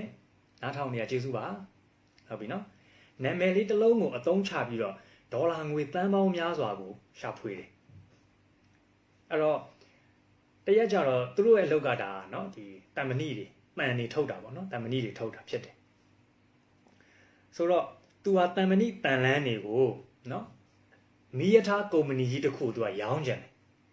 မီးရထားကုမ္ပဏီကြီးတစ်ခု तू ရောင်းကြတယ်အဲ့ဒီမီးရထားကုမ္ပဏီကြီးကနော်ပင်ဆယ်ဗေးနီးယားမီးရထားကုမ္ပဏီကို तू ကရောင်းကြတယ်အဲ့ဒီပင်ဆယ်ဗေးနီးယားမီးရထားကုမ္ပဏီကြီးကိုလက်ရှိဥဆောင်နေတဲ့ဥက္ကဋ္ဌကြီးဒီမီးရထားကုမ္ပဏီကြီးရဲ့ဥက္ကဋ္ဌကြီးရဲ့နာမည်က J. Edgar Thompson လို့ခေါ်တယ် J. Edgar Thompson သူ့ရဲ့နာမည်ရနော် J. Edgar Thompson ဥဆောင်တဲ့မီးရထားကုမ္ပဏီကြီးကိုကာနဂျီကဘာလုပ်ချင်တာလဲတံမဏိတွေတွင်းချင်တာတံမဏိတွေတွင်းချင်တာဒါနဲ့သူဘာလုပ်လဲဆိုတော့အဲ့ဒီနော်ပင်ဆယ်ဗေးနီးယားမှာတံမဏိစက်ရုံကြီးကိုသူကတီထောင်တယ်တံမဏိစက်ရုံကြီးကိုတီထောင်တယ်ဘာဖြစ်လို့လဲရထားကုမ္ပဏီကိုတံမဏိတွေတွင်းဖို့ရည်ရွယ်ချက်နဲ့အဲ့ဒီမြို့မှာတံမဏိစက်ရုံကြီးကိုတီထောင်တယ်တံမဏိစက်ရုံအတစ်ကြီးလဲတီထောင်ပြီးတော့ဒီစက်ရုံကြီးကိုနာမည်ပေးရတော့စက်ရုံရဲ့နာမည်ကိုပေးရတော့မယ်အဲ့တော့သူ့ရဲ့လောက်ကွက်ကလေးကဘယ်လောက်ပိုင်တယ်လဲနော်ဆိုလို့ရှိရင်အဲ့ဒီစက်ရုံကြီးကိုသူကဘယ်လိုနာမည်ပေးလိုက်တယ်လဲဆိုတော့ Edgar Thompson တံမဏိစက်ရုံကြီးလို့နာမည်ပေးလိုက်တယ်ဟုတ်ပြီနော် Edgar Thompson တံမဏိစက်ရုံကြီး Edgar Thompson ဆိုတာသူတံမဏိတွေတွင်းကျင်တဲ့မီးရထားကုမ္ပဏီကြီးရဲ့ဥက္ကဋ္ဌဟုတ်ပြီနော်မီးရထားလုပ်ငန်းကြီးရဲ့နော်ဥက္ကဋ္ဌကြီး J. Edgar Thompson သူတီထောင်လိုက်တဲ့စက်ရုံကြီးရဲ့နာမည်က Edgar Thompson တံမဏိစက်ရုံကြီးဟုတ်ပြီနော်စမ်းထက်ဦးဟုတ်တယ်အခုကနော်ဒီဒေးကနကြီးရေးသားထားတဲ့မိတ္တပလတီကာထဲမှာအဲ့ဒီအကြောင်းအရာလေးပါတယ်ဒါလေးကိုကျွန်တော် sharing လုပ်ပေးနေတာဖတ်ပူးတဲ့သူတွေဆိုလို့ရှိရင်သိလိမ့်မယ်ဒါနာမည်ခေါ်ခြင်းနဲ့အကြောင်းကိုဆက်ဆက်မိတဲ့အခါမှာဒီ story ဒီဥပမာလေးကဒါအရန်ကိုထိရောက်မှုရှိတယ်ဒါကိုဒီက live ကြည့်တဲ့သူတွေသိစေချင်တယ်နော်ဟုတ်ကဲ့နောက်ကျသွားတယ်တဲ့ကိုသားကြီးနော်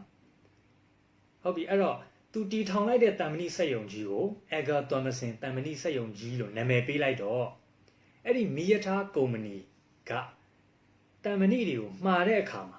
တခြားစက်ရုံတွေနဲ့အဲ့ဒီစက်ရုံနဲ့ဘယ်ကနေမှားမယ်လို့ဒီကမိတ်ဆွေတွေထင်လဲဟုတ်ပြီနော်ဒါသူ့ရဲ့ပိုင်တဲ့အချက်ပဲသူကတံမဏိတွေကိုဝယ်ယူတော့မယ်ဆိုတဲ့အခါမှာကျွန်တော်တို့ကြည့်လိုက်တဲ့အခါမှာတခြားစက်ရုံတွေရှိတယ်ဒါပေမဲ့ဥက္ကဋ္ဌကြီးကသူ့ရဲ့နာမည်ကိုတလေးတစားနဲ့မှတ်ထားတဲ့နော်မှတ်ထားတဲ့ဒီလုပ်ငန်းကြီးစီရပဲသူကဝယ်ယူတော့မှာပေါ့ Edgar Thompson တံမဏိစက်ရုံကြီးစီရပဲသူကဝယ်ယူတော့မှာပေါ့နော်အဲ့တော့ကိုယ့်စီမှာတံမဏိတွေဝယ်ယူဖို့တခြား marketing strategy စီဘာတွေအများကြီးပဲသုံးနေစရာမလိုနာမည်လေးကောက်တင်လိုက်တာနဲ့တည်းမယ်တခါတည်းဥက္ကဋ္ဌကြီးကသူ့နာမည်ကိုတလေးတစားနဲ့သုံးတဲ့စက်ရုံကြီးစီရပဲတံမဏိတွေကိုဝယ်ယူတယ်တန်ပေါင်းများစွာရရှိသွားတယ်ဒါဒီလုပ်ငန်းခွင်မှာသူ့ရဲ့အရာကိုအသုံးချလိုက်တာဖြစ်တယ်ဟုတ်ပြီနော်ဒါကြောင့်ကျွန်တော်တို့တွေနာမည်တွေကိုဒါသုံးတက်ဖို့လိုအပ်ပါတယ်တစ်ဖက်သားရဲ့နာမည်တွေကိုတခြားမှတ်သားထားပါလုပ်ဖို့ကံဘက်တွေရဲ့နာမည်ကိုမှတ်သားထားပါတငယ်ချင်းမိတ်ဆွေတွေရဲ့နာမည်ကိုမှတ်သားထားပါလူတစ်ယောက်စီကချစ်ခင်မှုကိုရမယ်နော်လူတစ်ယောက်စီကချစ်ခင်မှုကိုရမယ်လူတစ်ယောက်ရဲ့မေတ္တာကိုရမယ်ခင်မင်ရင်းနှီးမှုကိုရမယ်အဲ့ဒီတော့အလွယ်ဆုံးအရာကပါလေသူ့ရဲ့နာမည်ကိုတလေးတစားနဲ့ခေါ်ပေးခြင်းဖြစ်ပါတယ်ဒါအရေးအကြီးဆုံးနီးလန်းကောင်းနေတဲ့ကလက်နက်ကောင်းတစ်ခုဖြစ်ပါတယ်เนาะအဲ့ဒီတိုင်းကိုဆောင်ရွက်ဖို့လိုအပ်ပါတယ်ရမယ်เนาะ နော်စုဤဖြိုးကဲဒါဆိုရင်တည်သွားပြီလူတွေဟာခုနကကျွန်တော်တို့ live ရဲ့အစလေးမှာပြောခဲ့တယ်လို့ပဲနော် live ရဲ့အစလေးမှာပြောနာမည်ခေါ်ပေးပါနာမည်ခေါ်ပေးပါလို့ live တွေမှာဘာကြောင့်ခေါ်ကြတယ်လဲပြောခိုင်းကြတယ်လဲဆိုလို့ရှိရင်လူတိုင်းဒီမိမိရဲ့နာမည်ကိုအလေးထားတယ်တန်ဖိုးထားတာဖြစ်ပါတယ်လူမှုဆက်ဆံရေးမှာဒီအချက်ကိုသိပြီဆိုရင်အဆင်ပြေသွားပြီလူတိုင်းဟာသူတို့ရဲ့နာမည်ကိုအလေးထားတာဖြစ်တဲ့အတွက်သူတို့အလေးထားတဲ့နာမည်ကိုကအလေးထားပြီးခေါ်ပေးခြင်းအပြင်သူနဲ့ကိုယ်နဲ့ယဉ်ကျေးမှုတွေပို့ပြီးတော့မြန်ဆန်စေတယ်ပို့ပြီးတော့ချစ်ခင်စေတယ်ပို့ပြီးတော့စီးလုံးစေတယ်ပို့ပြီးတော့အဆင်ပြေစေတယ်ဟုတ်ပြီနော်ဒီချက်ကလေးကိုကျွန်တော်တို့သိရှိဖို့လိုအပ်ပါတယ်အဲ့တော့ကျွန်တော်တို့တခြားသောလူမှုဆက်ဆံရေးနီးလန်းနဲ့เนาะပတ်သက်တဲ့လျှို့ဝှက်ချက်တွေเนาะဒါဒီလူတွေရဲ့နာမည်ကိုအလုတ်ခွင်တဲ့စီမံခန့်ခွဲမှုတွေမှာဘယ်လိုအသုံးချမလဲဆိုတဲ့နီးလန်းတွေအဲ့ဒီပြင်တခြားသောပေါင်းသင်းဆက်ဆံရေးလွယ်ကူချောမွေ့စေတဲ့နီးလန်းတွေအဆင်ပြေစေတဲ့နီးလန်းတွေเนาะအဲ့ဒီအရာတွေအတွက်ကိုကျွန်တော်တို့မနှက်ဖြန်မှာကျွန်တော်တို့ future wave သင်တန်းကနေပြီးတော့เนาะonline class လေးတခုဖွင့်မှာဖြစ်ပါတယ်ဒါလေးကိုမိတ်ဆက်ပေးတာဖြစ်ပါတယ်เนาะကျေကလေးတဲ့เนาะအဲ့တော့ဒီသင်တန်းကတော့ကျွန်တော်သင်မှာတော့မဟုတ်ဘူးကျွန်တော်တို့ကျောင်းကเนาะဒီသင်ကြားရေးဥက္ကဋ္ဌကြီးဖြစ်တဲ့ဆရာကြီးဦးလှချစ်ပေါ့เนาะတချို့ဒီ live မှာကြည့်နေတဲ့သူတွေမှာလည်းဆရာဦးလှချစ်ရဲ့ဗီဒီယိုလေးတွေကိုကြည့်ဘူးတဲ့သူတွေလည်းပါဝင်မှာဖြစ်ပါတယ်เนาะ Diamond Queen เนาะနာမည်ခေါ်ပေးပါတယ်အဲ့တော့ဒီလူမှုဆက်ဆံရေးနဲ့အတွက်เนาะအသုံးချလို့ရမယ့်နီလန်ကောင်းအားလုံးပဲ16ချက်ပေါ့ဒါကြောင့်ဒီသင်တန်းလေးက16 excellent communication principle ဆိုတဲ့လူမှုဆက်ဆံရေးအတွက်အကောင်းဆုံးသော excellent ဖြစ်တဲ့ပေါင်းသင်းဆက်ဆံရေးလျှို့ဝှက်ချက်နီလန်16ချက်ကိုအဲ့ဒီသင်တန်း16ရက်တာကာလကြာမှာဖြစ်ပါတယ်เนาะတစ်ရက်ကိုလျှို့ဝှက်ချက်နီလန်တစ်ခုနဲ့ဘယ်လိုအသုံးချမလဲနောက်အခုဒီနေ့ဒီအမိတ်ဆွေတွေဆိုလို့ရှိရင်ဒါလူတွေရဲ့နာမည်အမြဲတမ်းလဲခေါ်နေတာပဲအသုံးချနေတာပဲเนาะအဲ့တော့နာမည်နဲ့ပတ်သက်ပြီးတော့ဒီနာမည်ကိုလူတွေကိုခေါ်ပေးခြင်းအပြင်ရင်းနှီးအောင်ပြုလုပ်ခြင်းအပြင်အလုတ်ခွင်တွေမှာဘယ်လိုအဆင်ပြေအောင်နာမည်ကိုသုံးမလဲဟုတ်ပြီเนาะဆိုတဲ့နီလန်တစ်ချက်အဲ့ဒါဒီ16ချက်တည်းရတစ်ချက်ဟုတ်ပြီเนาะအသုံးချမယ်နီလန်နောက်တခြားသောအချက်တွေအားလုံး16ချက်ရှိတယ်16 excellent communication principle ဒီ16ချက်ကိုကျွန်တော်တို့ရဲ့လူမှုဆက်ဆံရေးနယ်ပယ်မှာသုံးမယ်ဟုတ်ပြီနော်ကျွန်တော်ဖွင့်မဲ့သင်တန်းတွေလည်းရှိပါတယ်နော်ကျွန်တော်ဖွင့်နေတဲ့သင်တန်းတွေလည်းရှိပါတယ်ဒါကတော့အနည်းဆက်ဆုံးမနက်ဖြန်6နာရီမှာအဲ့ဒီသင်တန်းလေးကစမှာဖြစ်တဲ့အတွက်အဲ့ဒီသင်တန်းလေးကိုအရင်ဆုံးညွှန်ပေးတာဖြစ်ပါတယ်နော်9ရက်နေ့မှာတော့ကျွန်တော်ရဲ့သင်တန်းအသစ်တစ်ခုနော်သင်တန်းအသစ်ဆိုရင် batch 2ပေါ့ positive attitude နဲ့ success mindset ပေါ့နော်ကျွန်တော်တို့အောင်မြင်တဲ့စိတ်ထား positive attitude အတွေးအခေါ်ဒီသင်တန်းလေးရှိပါတယ်ဒါကတော့9ရက်နေ့မှာစမှာဖြစ်ပါတယ်လောလောဆယ်မနက်ဖြန်3ရက်နေ့မှာအဲ့ဒီလူမှုဆက်ဆံရေးနီလန်เนาะတက်ပူးပြီးတဲ့သူတွေရှိလိမ့်မယ်เนาะဒီမှာဗတောက်ခိုင်းနဲ့တက်ပြီးပါပြီတဲ့เนาะဘယ်သင်တန်းတက်တာလဲတော့မသိဘူးเนาะလူမှုဆက်ဆံရေးသင်တန်းလား positive attitude သင်တန်းလားတော့မသိဘူးเนาะအရန်အကျိုးရှိပါတယ်တဲ့ကျေးဇူးတင်ပါတယ်ဗတောက်ခိုင်းညဝေပေးတာเนาะဟုတ်ကဲ့အမသင်တန်းကြီးကเนาะ16ချက်သင်တန်းကြီးကတော့16000ပဲဖြစ်ပါတယ်သင်တန်းကာလ16ရက်ကြာမှာဖြစ်ပါတယ်ဗီဒီယိုအပုတ်ပေါင်း16ပုတ်ဖြစ်ပါတယ်နီလန်ပေါင်း16မျိုးဖြစ်ပါတယ်เนาะအဲ့တော့ခုနကပြောသလိုပဲလူတွေရဲ့နာမည်ကိုစီမံခန့်ခွဲမှုမှာထိရောက်အောင်ဘယ်လိုအသုံးချမလဲခေါင်းဆောင်မှုလုပ်တဲ့အခါမှာနာမည်ဒီဘယ်လောက်ထိအဲ့ဒါဒီအချက်တစ်ချက်ဖြစ်တယ်ဒါကိုဘယ်လိုအသုံးချမလဲအဲ့ဒီပြင်တခြားသောပေါင်းသင်းဆက်ဆံမှုဆိုင်ရာလျှို့ဝှက်ချက်16ချက်လျှို့ဝှက်ချက်ဆိုပေမဲ့လည်းဒီအခုဆိုရင်တည်သွားပြီနာမည်ခေါ်ခြင်းဆိုတာလျှို့ဝှက်ချက်မဟုတ်တော့လျှို့ဝှက်ချက်ကလေးတစ်ခုပဲဟုတ်ပြီနော်တီးတဲ့သူတီးပါတယ်ဒါပေမဲ့သုံးတဲ့သူတွေကပို့ပြီးတော့အဆင်ပြေသွားတယ်တစ်ဖက်သားကိုလေးလေးစားစားနဲ့နာမည်ခေါ်တတ်တဲ့အကျင့်လူတွေရဲ့နာမည်ကိုမှတ်မိအောင်ဘယ်လိုလုပ်မလဲဆိုတဲ့အကျင့်ဟုတ်ပြီနော်ဒါဒီလည်းအရေးကြီးတယ်တစ်ဖက်သားကိုနာမည်မိတ်ဆက်ပြီးဆိုလို့ရှိရင်သူ့နာမည်ကိုကျွန်တော်တို့ကမှတ်မိနေအောင်မမေ့အောင်နော်အထက်ထက်ခေါ်အထက်ထက်စိတ်ထဲမှာရည်ရွယ်ရမယ်သူနဲ့စကားပြောတဲ့အခါမှာသူ့ရဲ့နာမည်လေးတွေကိုထည့်ပြီးကြားညက်ပြီးခေါ်ပေးခြင်းဟာသူ့ကိုကျွန်တော်တို့ကဆွဲဆောင်နေရလို့ခေါ်တယ်သူ့ကိုကျွန်တော်တို့ကစတင်ပြီးတော့လွှမ်းမိုးနေရလို့ခေါ်တယ်တနည်းအားဖြင့်သူ့ကိုယဉ်ကျေးမှုတိဆောက်နေရလို့ခေါ်တယ်တချို့အရန်လူမှုဆက်ဆံရေးကောင်းတဲ့သူတွေရှိလိမ့်မယ်ကျွန်တော်တို့ဈေးသွားဝယ်တဲ့အခါမှာပဲဖြစ်ဖြစ်တခုခု meeting လုပ်တဲ့အခါမှာဆွေးနွေးတဲ့အခါမှာပဲဖြစ်ဖြစ်နာမည်လေးတွေ တော့နာမည်မဟုတ်ရင်လည်းသူကအရင်ဒီဆုံးအဖျားစွတ်ခေါ်တဲ့နာမည်လေးတွေပေါ့ဟုတ်ပြီနော်အဲ့လိုမျိုးလေးတွေခေါ်ပေးတဲ့သူကျွန်တော်တို့စိတ်ထဲမှာအရန်ကိုသူ့ကိုနှစ်သက်တယ်ချစ်ခင်တယ်သူ့ရဲ့လွှမ်းမိုးမှုကျွန်တော်တို့တွေရတယ်နော်ဆိုတော့နော်တင်းထွေးနာမည်ကိုမမေ့ပါနဲ့ဟုတ်တယ်နော်နာမည်ကိုမမေ့ပါနဲ့အဲ့ဒီပြင်အဲ့ဒီနာမည်လေးတွေကိုခေါ်ပြီးတော့လူမှုဆက်ဆံရေးမှာအောင်မြင်မှုတွေရအောင်လုပ်ပါဒါကြောင့်ဒီအမိတ်ဆွေတွေအနေနဲ့ခုနကဒီတင်တန်းလေးပေါ့နော် System Excellent Communication Principle အတူကောင်းအနေနဲ့တော့ System EPC ပေါ့နော်ဆိုတော့ Excellent Communication တော့ ECP ပေါ့နော် ECP System ECP နော်16 ECP ဆိုပြီးတော့ကျွန်တော်တို့ရဲ့ဒီ page ရဲ့ chat box မှာရေးပေးလို့လည်းရပါတယ်သို့မဟုတ်လည်းတွားပြီးတော့မေးလို့ရပါတယ်နော်ဟုတ်ပြီဒီဟာထက်ဆိုဟုတ်ကဲ့နာမည်ခေါ်ပေးပါတယ်နော်နော်အဲ့တော့အဲ့ဒီတင်တန်းလေးကကျွန်တော်တို့မနေ့ပြန်မှာစတင်မှာဖြစ်ပါတယ်တင်တန်းကြီး16000နဲ့တင်တန်းကာလာ16ရက်ခုနကပြောတဲ့လူမှုဆက်ဆံရေးအသုံးချစရာ excellent နီလန်16မျိုးမနေ့ပြန်တင်တန်းလေးစတင်မှာဖြစ်ပါတယ်ကျွန်တော်ရဲ့ဒီ page ရဲ့အောက်မှာလည်းpost လေးတင်ပေးထားပါတယ်ရှာကြည့်လို့ရပါတယ်ဟုတ်ပြီနော်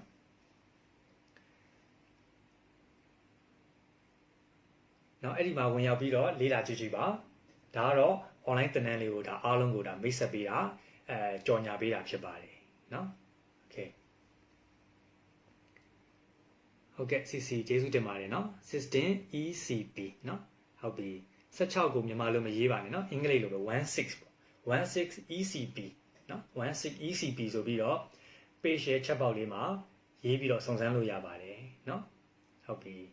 လင်းကျော်ဟုတ်ကဲ့နာမည်ခေါ်ပေးပါတယ်เนาะဒါကြောင့်နာမည်ခေါ်ပေးခြင်းဟာလေနီလန်ကောင်းတစ်ခုပဲเนาะ6ပါเนาะ6ကိုပြောတာလေ16 16ချက်ဖြစ်တဲ့16 16 ECP Excellent Communication Principle เนาะအလုံး16ချက်ရှိတယ်ကြော်ညာလေးကိုကြော်ညာ post လေးကိုဒီ page ရဲ့အောက်မှာခဏ live လေးပြီးသွားရင်ဝင်ပြီးရှာကြည့်လို့ရပါတယ်เนาะရှာကြည့်လို့ရပါတယ်ဟုတ်ပြီเนาะ positive attitude တင်တန်းတက်ဘူးပါတယ်အရန်ကောင်းပါတယ်တဲ့เนาะဟုတ်ကဲ့ Amy ဘိုးမွန်ချစ်เนาะတက်ဘူးတာကျေးဇူးတင်ပါတယ်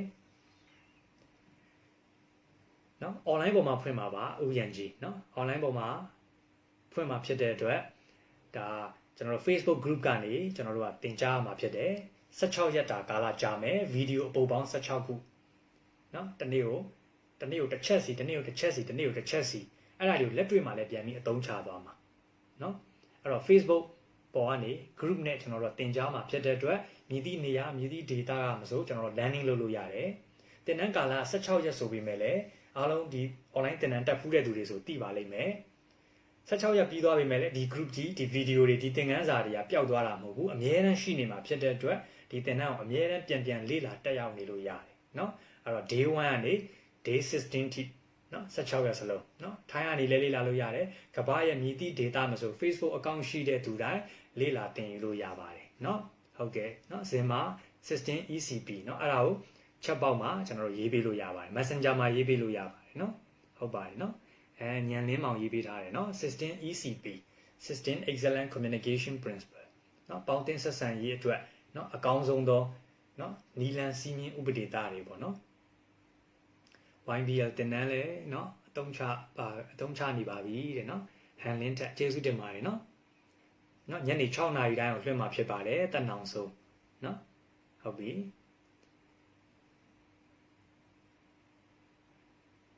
စကားပြောရင်နာမည်ကိုပြောတာကောင်းလားသုံးပြီးပြောတာကောင်းလားတဲ့เนาะဆိုတော့အဲ့လိုမျိုးလေးเนาะအများတိုင်းပြောနေရတော့မဟုတ်ဘူးပေါ့အခါအားလို့ဆိုတာသူ့ရဲ့နာမည်လေးကိုထည့်ပြီးတော့သုံးပြီးပြောရင်သူနဲ့ကိုယ်နဲ့ပိုပြီးရင်းနှီးတယ်လို့ခံစားရတယ်เนาะအဲ့လိုမျိုးလေးအသုံးချလို့ရတယ်ဒါဒီနေ့ကျွန်တော်တို့ sharing လုပ်ပေးတာဖြစ်ပါတယ်เนาะဘယ်အချိန်တင်မှာလဲဆိုတော့ညနေ6နာရီဖြစ်ပါတယ်ဒါပေမဲ့လည်း day 1 day 2 online တင်တဲ့ video တင်ထားတာဖြစ်တဲ့အတွက်မြည်သည့်အချိန်မဆိုဝင်ရောက်ပြီးတော့နားထောင်လို့ရပါတယ်ဟုတ်ပြီနော် video တွေကတော့ကျွန်တော်တင်ပေးထားတာဖြစ်ပါတယ်နော် line ပေါ်ကနေတင်တယ်ဆိုတော့အချိန်ကုန်တက်တာမယ်နော်ငွေကုန်လည်းတက်တာမယ်သွားလာလည်းတက်တာမယ်အပြင်မှာတက်ရတာတက်စားလို့ရှိရင်ပေါ့နော်အဲ့တော့ဒီတင်တန်းလေးကို join ချင်တယ်ဆိုလို့ရှိရင်ဒီ page လေးမှာရှာဖွေပြီးတော့နော်ကြော်ညာ post လေးရှိပါတယ်ကျွန်တော်လည်း share လုပ်ပေးထားပါတယ်နော်ခဏနေလည်းထပ်ပြီးတော့ share ပေးပါမယ်အဲ့ဒါလေးဝင်ရောက်ကြည့်ရှုပြီးတော့လူမှုပေါင်းသင်းဆက်ဆံရေးမှာအောင်မြင်မှုတွေရရှိအောင်လှုပ်ဆောင်ဖို့လိုအပ်ပါတယ် ဘာကြောင့်လဲဆိုတော့ကျွန်တော်တို့ကလူတွေကလူတွေဖြစ်တဲ့အတွက်လူတွေနဲ့မဆက်ဆံခြင်းလို့မရဘူးပေါင်းသင်းရတယ်ဆက်ဆံရတယ်ပြောဆိုရတယ်အဲ့တော့အပေါင်းအသင်းတက်ဖို့လဲလိုတယ်ပြောတတ်ဆိုတတ်ဖို့လိုတယ်လူချစ်လူခင်မိတ်ဆွေတွေပေါ်များကြွယ်ဝလာဖို့လဲလိုအပ်တယ်ဟုတ်ပြီနော်စီးပွားရေးလုပ်တဲ့အခါမှာပို့လိုတယ်လူမှုဆက်ဆံရေးကစီးပွားရေးလုပ်မယ်အလုပ်လုပ်မယ်ဆိုရင်ပို့လိုပြီနော်ကိုယ့်ရဲ့ networking ကျယ်တယ်လို့ခေါ်တယ်နော်ဟုတ်ပြီ min marit နော် live ကဘယ်အချိန်တွေမှာလွှင့်တာလဲဆိုတော့9နာရီတိုင်းနော်9နာရီစနေတနင်္ဂနွေဗုဒ္ဓဟူးတိုင်းမှာလွှင့်ပါတယ်နော်စမ်းကိုကိုတဲ့ဆရာတင်နန်းတက်ချင်တယ်ဆိုလို့ရှိရင်လည်းကျွန်တော်တင်နန်းနေရှိပါတယ်နော်ဒီတင်နန်းလေးတွေကိုလည်းကျွန်တော်ရဲ့ဒီ page လေးမှာကြော်ညာလေးတွေတင်ပေးထားပါတယ်နော်ဝင်ရောက်ပြီးတော့ကြည့်ရှုလို့ရပါတယ်โอเคအဲ့တော့အားလုံးပဲကိုယ့်ရဲ့ပေါင်းသင်းဆက်ဆံမှုအားကောင်းလာအောင်ဆောင်ရွက်ပါအနာဂတ်မှာအောင်မြင်ခြင်းနဲ့ငွေကြေးတွေတိုးပွားကျွယ်ဝလာခြင်းနဲ့ခေါင်းဆောင်ကောင်းတွေဖြစ်လာခြင်းနဲ့ဆိုရင်လူတွေနဲ့အလုပ်လုပ်တတ်တဲ့အရေးအသွေးလူတွေကိုဥဆောင်နိုင်တဲ့အရေးအသွေးလူတွေနဲ့ပေါင်းတင်နိုင်တဲ့အရေးအသွေးများတဲ့သူကသူများတက်ကိုရှည်တန်းရောက်ပါတယ်ဟုတ်ပြီနော်လူမှုဆက်ဆံရေးကောင်းတဲ့သူကသူများတက်အခွင့်အလမ်းတွေပို့ပြီးတော့ရပါတယ်ဆက်ဆံရေးမကောင်းတဲ့သူအစင်မပြေတဲ့သူနော်ပေါင်းတင်ဆက်ဆံရခတ်တဲ့သူလူမှုဆက်ဆံရေးညံ့ဖျင်းတဲ့သူအလုပ်ခွင်မှာလည်းအစင်မပြေပါဘူးပတ်ဝန်းကျင်မှာလည်းအစင်မပြေပါဘူးဟုတ်ပြီနော်အဖြေခံတင်နန်းကိုကျွန်တော်တို့ရဲ့ page မှာ page ရဲ့ messenger မှာလာရောက်ဆက်သွယ်လို့ရပါတယ်တင်နန်းလေးသိချင်တယ်ဆိုလို့ရှိရင်เนาะဟုတ်ပြီအဲ့တော့မနေ့ဖြန်အဲ့ဒီတင်နန်းလေးရှိပါတယ်ဒါလေးကတော့အားလုံးအတွက်ကိုသတင်းကောင်းပါတာဖြစ်ပါတယ်เนาะကျွန်တော်တို့ကိုယ်တိုင်လည်းအဲ့ဒီချက်လက်လေးတွေကိုသင်ယူတယ်လေ့လာတယ်မှတ်သားတယ်ပြန်ပြီးတော့ကျင့်သုံးတာဖြစ်ပါတယ်ဟုတ်ပြီเนาะတင်တွေဆရာချစ်ရဲ့ live လေးလွှင့်ပေးပါလားเนาะအဲ့တော့ဟုတ်ပြီအဲ့တော့အခါအလျော်စွာဆရာချစ်ရဲ့ live လေးကိုလည်းကျွန်တော်တို့စီစဉ်ပေးပါမယ်เนาะအဲ့ဒီ group ထဲမှာလည်းတင်နန်း group ထဲမှာလည်း live လွှင့်နိုင်အောင်ကျွန်တော်တို့ဆောင်ရွက်ပေးပါမယ်เนาะဟုတ်ပြီเนาะကြော် okay ဒါဆိုရင်ဒီနေ့အတွက်အဓိကမှာချင်တာဒီကျွန်တော်တို့လူမှုပေါင်းသင်းဆက်ဆံမှုအတွက်လူတွေရဲ့ကိုစားပြုနာမည်ဆိုတာအလုပ်မှာလည်းနာမည်တွေရှိတယ်เนาะလုပ်ငန်းမှာလည်းသူ့နာမည်တွေရှိတယ်လူမှာလည်းနာမည်တွေရှိတယ်ပစ္စည်းမှာလည်းနာမည်တွေရှိတယ်နာမည်ဆိုတာကိုစားပြုဖြစ်တယ်တနည်းအားဖြင့်လူရဲ့ brand လည်းဖြစ်တယ်ဒါကြောင့်နာမည်ကိုဖြတ်ခြင်းဟာအဲ့လူတယောက်ရဲ့ brand ကိုဖြတ်ခြင်းဖြစ်တယ်နာမည်ကိုမလေးစားခြင်းဟာလူကိုမလေးစားခြင်းဖြစ်တယ်နာမည်ကိုလေးစားရင်လူကိုလေးစားတာဖြစ်တယ်တစ်ဖက်သားကိုလေးစားကြောင်းပြခြင်းသူ့ရဲ့နာမည်ကိုလည်းလေးလေးစားစားနဲ့ခေါ်ရမယ်เนาะအဲ့ဒါဖြစ်ပါတယ်ကျွန်တော်တို့လူဘဝတွေကိုရောက်ရှိလာပြီခလေးလေးဖြစ်ရောက်ရှိလာပြီဆိုနာမည်ပေးကင်ပွန်းတက်လူတိုင်းကိုနာမည်ပေးရတယ်နာမည်မရှိတဲ့သူဆိုတာရှားတယ်မရှိသလောက်ပဲအားလုံးကိုစီမှာကိုပိုင်နာမည်တွေရှိတယ်တချို့ဆိုလို့ရှိရင်နာမည်တစ်ခုတည်းတည်းမဟုတ်နှစ်ခုသုံးခုရှိတယ်ဟုတ်ပြီနော်အဲ့တော့အဲ့ဒီနာမည်လေးတွေကိုလူတွေရဲ့ကိုစားပြုနာမည်တွေဖြစ်တဲ့အတွက်လူတွေနဲ့အလုပ်လုပ်တဲ့နေရာမှာအဲ့ဒီနာမည်တွေဒီအဓိကကြတာဖြစ်ပါတယ်ဇောတဲ့နော်တင်နန်းကြီးကိုအဆင်ပြေတဲ့စီကနေလွှဲပေးလို့ရပါတယ်နော်အဲ့တော့နိုင်ငံခြားကနေလွှဲမယ်ဆိုလို့ရှိရင်လည်းကျွန်တော်တို့ဒီကျွန်တော်တို့မြန်မာပြည်မှာအတိမိတ်ဆွေရှိရင်သူ့ကိုစားလွှဲခိုင်းလို့ရပါတယ်เนาะ System EPC เนาะ ECP ပါเนาะလင်းကျော်เนาะ System ECP Excellent Communication Principle လူမှုပေါင်းသင်းဆက်ဆံရေးသင်တန်းပါเนาะသင်တန်းဖြစ်ပါတယ်အဲ့ဒီမှာဝင်ရောက်ပြီးတော့ဖတ်ရှုလို့ရပါတယ်ပေါင်းသင်းဆက်ဆံမှုရဲ့အရေးအကြီးဆုံးလျှို့ဝှက်ချက်တွေเนาะဒါလေးကိုကျွန်တော်တို့မျှဝေပေးတာဖြစ်ပါတယ်နော်ပုံပြင်ထပ်ပြောပြပါလားတဲ့နော်ပုံပြင်တွေကတော့ကျွန်တော်ပြောတာလေးတွေတော့များနေပြီဒီကမိတ်ဆွေတွေလည်းမှတ်မိပါလိမ့်မယ်နော်ဒီနေ့တော့မှ YouTube မှာဟိုတရက်ကပြောတဲ့ဒီဗီဒီယိုလေးတင်ထားသေးတယ်ဒီနွားချေဘိုးဘရင်ကြီးရဲ့မာနဆိုပြီးတော့လေနော်အဲ့ဒါလေးကိုကြည့်လိုက်ရလားမသိဘူးနော်ပုံပြင်လေးတွေလည်းပြောပြပါတယ်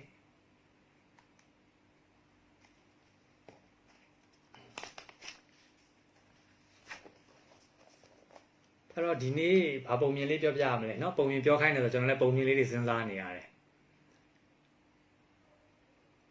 ဖြိုးမြတ်တွေเนาะဆရာပုံမြင်ပြောပြပေးပါတဲ့အခုပုံမြင်ပြောပြပေးပါဆိုလေဒီကမိတ်ဆွေတွေအနေနဲ့လေဒီအရှိတွေမှာကျွန်တော်ပြောပြတဲ့ပုံမြင်လေးတွေမှတ်မိလားမသိဘူးเนาะကိုမှတ်မိတဲ့တုံးကိုကြိုက်တဲ့ပုံမြင်လေးရှိရင်တစ်ချက်လောက်မှန်းခဲ့ပေးပါလားเนาะကိုဘယ်ပုံမြင်လေးကိုမှတ်မိတယ်လဲပေါ့ကျွန်တော်ပြောခဲ့တဲ့ပုံမြင်တွေကဘယ်ပုံမြင်ဘယ် story လေးကိုကျွန်တော်တို့မှတ်မိတယ်လဲ ပုံပြောကောင်းသူကြီးပါတဲ့နော်ပုံပြင်ပြောကောင်းအောင်တော့ကျွန်တော်ပုံပြင်လေးတွေဖတ်ရှုရတယ်ဘယ်ပုံပြင်လေးတွေမှတ်မိလဲပေါ့နော်နန်းစနာအောင်နဲ့နားထောင်မယ်ဆိုကျွန်တော်ပုံပြင်လေးတွေဘာပြောရင်ကောင်းမလဲစဉ်းစားနေရတယ်နော်မေတဲကို live လွှင့်တာကြားပြီလား9နာရီကလေးကလွှင့်နေတာဖြစ်ပါတယ်နော်စနေတနင်္ဂနွေဗုဒ္ဓဟူးနေ့တိုင်းအမြဲတမ်း live လေးလွှင့်ပေးပါတယ်မိုးတဲ့အထိနာတဲ့ငမန်းကြီးရယ်နော်ကျေးဇူးတင်ပါတယ်မှတ်မိပေးတဲ့အတွက်ပေါ့နော်မြင်းနဲ့ဘဲနဲ့ကောင်းမြတ်စောမြင်းနဲ့ဘဲနဲ့ဟုတ်ပြီအငက်ကောင်live 027တေချာမှတ်ထားတာချစ်သေးကျေးဇူးတင်ပါတယ်နော်ကျေးဇူးတင်ပါတယ်အငက်ကောင်ပုံမြင်နော်ပပုဆရာကြီးပုံမြင်ဟုတ်ပြီယုံနဲ့လိမ့်နဲ့မြင်းနဲ့ဘဲနဲ့ဟုတ်ပြီတေချာလေးမှတ်ပေးထားတာပဲနော်တချို့အခုနော်ကိုတငါလာဝန်းတာကိုတငါပပုဆရာကြီးစန်းကိုအငက်ကောင်စင်ပုံပြင်စင်ယုတ်ကြီးပပုထုတဲ့ပုံပြင်ဟုတ်တယ်နော်ဘောလုံးတောင်းတဲ့ကလေးလေးမင်းအောင်နဲ့ဟုတ်ပြီမိုးပြန်ပူပေါင်းအဲ့ပုံပြင်လေးမှတ်ထားပြီနော်ကျွန်တော်ပုံပြင်စာအုပ်တော်ပြန်ပြီးထုတ်လို့ရတယ်ဟုတ်တယ်မလားတဲစုအားလုံးကြိုက်ပါတယ်နော်ကားကိုမြင်းနဲ့ဆွဲတဲ့ပုံပြင်မှာစတည်တာတဲ့ကျေးဇူးတင်ပါတယ်ဖားလေးကိုကြိုက်ပါတယ်ဟုတ်တယ်နော်နားကန်းနေတဲ့ဖားလေးမစင်လူးတဲ့ဝက်တဲ့မိုးကောင်းခင်ဟုတ်ပြီဝက်ချီပေဟောပါဆိုရယ်နော်ဟုတ်တယ်ဟိုတနေ့ကပြောခဲ့တယ်နော်ဝက်ချီဝက်ကိုဝက်နောက်ကိုရှင်သေးရလိုက်တာဟုတ်ပြီငမန်းပုံပြင်တော်တော်များများမှတ်မိတဲ့အတွက်ကျွန်တော်လိုက်လဲကျေးဇူးတင်ပါတယ်မိုးပြန်ပူပေါင်းပုံပြင်နော်ရဲဆိုင်ယုံနဲ့လိတ်ရင်းကောင်းဟုတ်ပြီထုံးဝင်းမောင်ရင်းကောင်းယုံနဲ့လိတ်ပတ်စံစုရနဲ့ပတ်သက်တဲ့ပုံပြင်အစ်စ်ဟုတ်ပြီနော်အဲ့တော့တခုနော်ဒီနေ့ပုံပြင်လေးကျွန်တော်ပြောပြမယ်အဲ့ဒါကဘာလဲဆိုတော့နောက်9ရက်နေ့မှာကျွန်တော်ရဲ့သင်တန်းလေးအသစ်တစ်ခုရှိတယ်နော်အသစ်တစ်ခုရှိတယ် positive attitude ကျွန်တော်တို့ရဲ့ဒီအကောင်းမြင်တတ်တဲ့စိတ်ထားနဲ့ success mindset ပေါ့အောင်မြင်တဲ့စိတ်ထားနော်အောင်မြင်တဲ့စိတ်ထားဆိုတဲ့အရာလေးတခါတော့တထေးကြီးတယောက်ရှိတယ်နော်တထေးကြီးတယောက်ရှိတယ်အဲ့ဒီတထေးကြီးကအိမ်တစ်ကြီးတစ်ခုကိုသူကဝယ်ယူပြီးတော့နေထိုင်တဲ့အခါမှာအိမ်တက်တွေဘာတွေပြုလုပ်တယ်ပြီးတော့သူ့ရဲ့မိတ်ဆွေတွေကပြောတယ်နော်ဒီအိမ်အတစ်ကြီးရောက်ရှိလာတော့အိမ်တက်တွေဘာတွေပြုလုပ်ပြီးသွားပြီဆိုတော့ဒီအိမ်ကြီးမှာပို့ပြီးတော့ကန်စားတာတွေကောင်းအောင်ဟုတ်ပြီနော်ကန်စားတာတွေကောင်းအောင်အမှန်တမ်းနာမည်ကြီးနေတဲ့နော်ဘေဒင်ဆရာကြီးတယောက်ရှိတယ်နော်ဘေဒင်နက္ခလက္ခဏာအကုန်လုံးကျွမ်းကျင်တဲ့ဆရာကြီးတယောက်ရှိတယ်အဲ့ဒီဆရာကြီးကိုနော်ပင်ဖိတ်ခေါ်လာပြီးတော့အိမ်အတစ်ကြီးမှာဒီတက်ပို့ပြီးတော့လက်ကီးကောင်းအောင်ကန်ကောင်းခြင်းတွေလက်လာပါတွေရှင်လန်းအောင်ဆောင်ရွက်ဖို့အတွက်ဆရာကြီးကိုဖိတ်ပြီးတော့နော်ဒီမှာဘေးရင်ရတရားဟောပြောမှုဒါလေးကိုပြုလုပ်စေချင်တယ်ဆိုပြီးတော့ဒီပတ်ဝန်းကျင်မှာရှိနေတဲ့သူတွေကဝိုင်းပြီးတော့ပြောတော့တထေးကြီးကဒီဘေးရင်တွေရတရားတွေကိုအရန်ကြီးသိပ်ပြီးတော့အယုံကြည်မရှိပေမဲ့လည်းပတ်ဝန်းကျင်ကဝိုင်းပြီးတော့တိုက်တွန်းနှိုးဆော်ကြတာဖြစ်တဲ့အတွက်အဲ့ဒီဆရာကြီးကိုတွားရောက်ပြီးတော့ပင့်တယ်ဆရာကြီးကလည်းဝေးတော့နော်သူ့ကိုယထာနဲ့ပင်ဖိတ်လာပြီးတော့ဘူရာယုံမှာကားကြီးနဲ့သွားကြိုလာပြီးတော့နော်ကားပေါ်ရောက်တဲ့အခါမှာဒီမိတ်ဆက်တယ်ပေါ့မိတ်ဆက်တော့တထေးကြီးကကားမောင်းတဲ့အခါမှာနော်တထေးကြီးကိုယ်တိုင်မောင်းပြီးတော့သွားခေါ်တာကားမောင်းတဲ့အခါမှာတထေးကြီးကအရန်ကိုစိတ်ရှည်တယ်နော်သူ့ကိုကြော်တက်တဲ့ကားတွေလည်းသူကလမ်းပေးတယ်လမ်းဖြတ်ကူးတဲ့သူတွေတွေ့ပြီဆိုလို့ရှိရင်အချိန်ကိုလျှော့ပေးတယ်ရက်ပေးတယ်အဲ့တော့ကားမောင်းနေတဲ့အခါမှာသူကတစ်ဖက်သားကိုဦးစားပေးတယ်တစ်ဖက်သားကိုနော်ညှာတာတယ်လမ်းကြောင်းပေးတယ်အဲ့တော့ဘေဒင်ဆရာကြီးကမေးတယ်ခမ ्या ဘာဖြစ်လို့တခြားကားတွေကိုမကြော်တက်ပဲနဲ့ခမ ्या ကိုကြော်တက်နေတဲ့ကားတွေကိုဘာကြောင့်လမ်းပေးနေတာလဲဆိုတော့ तू ကပြောတယ်သူတို့တွေကားကိုအရန်မောင်းတာကြော်တက်တယ်ဆိုတာသူတို့မှာအရေးကြီးကိစ္စရှိလို့နေမှာပေါ့ဟုတ်ပြီနော်ဒါကြောင့်ကျွန်တော်ကလမ်းပေးတာအဲ့လိုမျိုးလေးပြီးတော့အိမ်သားကိုရောက်တဲ့အခါမှာခလေးလေးတယောက်ကဖြတ်ပြေးသွားတယ်ဖြတ်ပြေးသွားတော့သူကကားလေးကိုအရှင်လျှော့ပြီးတော့ရက်ပေးလိုက်တယ်ကလေးကပြေးသွားပြီဒါပေမဲ့ကားကိုဆက်မမောင်းသေးဘဲနဲ့သူကရက်ပေးတယ်ရက်ပေးတော့ခုနကဘေဒင်ဆရာကြီးကမေးတယ် တထေးကြီးဘာဖြစ်လို့ကားကိုနော်ဆက်မမောင်းမဲနဲ့ခဏရက်ထားတာလေနောက်ထပ်ကလေးတစ်ယောက်ထပ်ပြီးတော့ပြေးလာမယ်လို့ထင်တယ်အဲ့လိုစကားမဆုံးသေးခင်မှာပဲကလေးတစ်ယောက်ကချက်ချင်းကို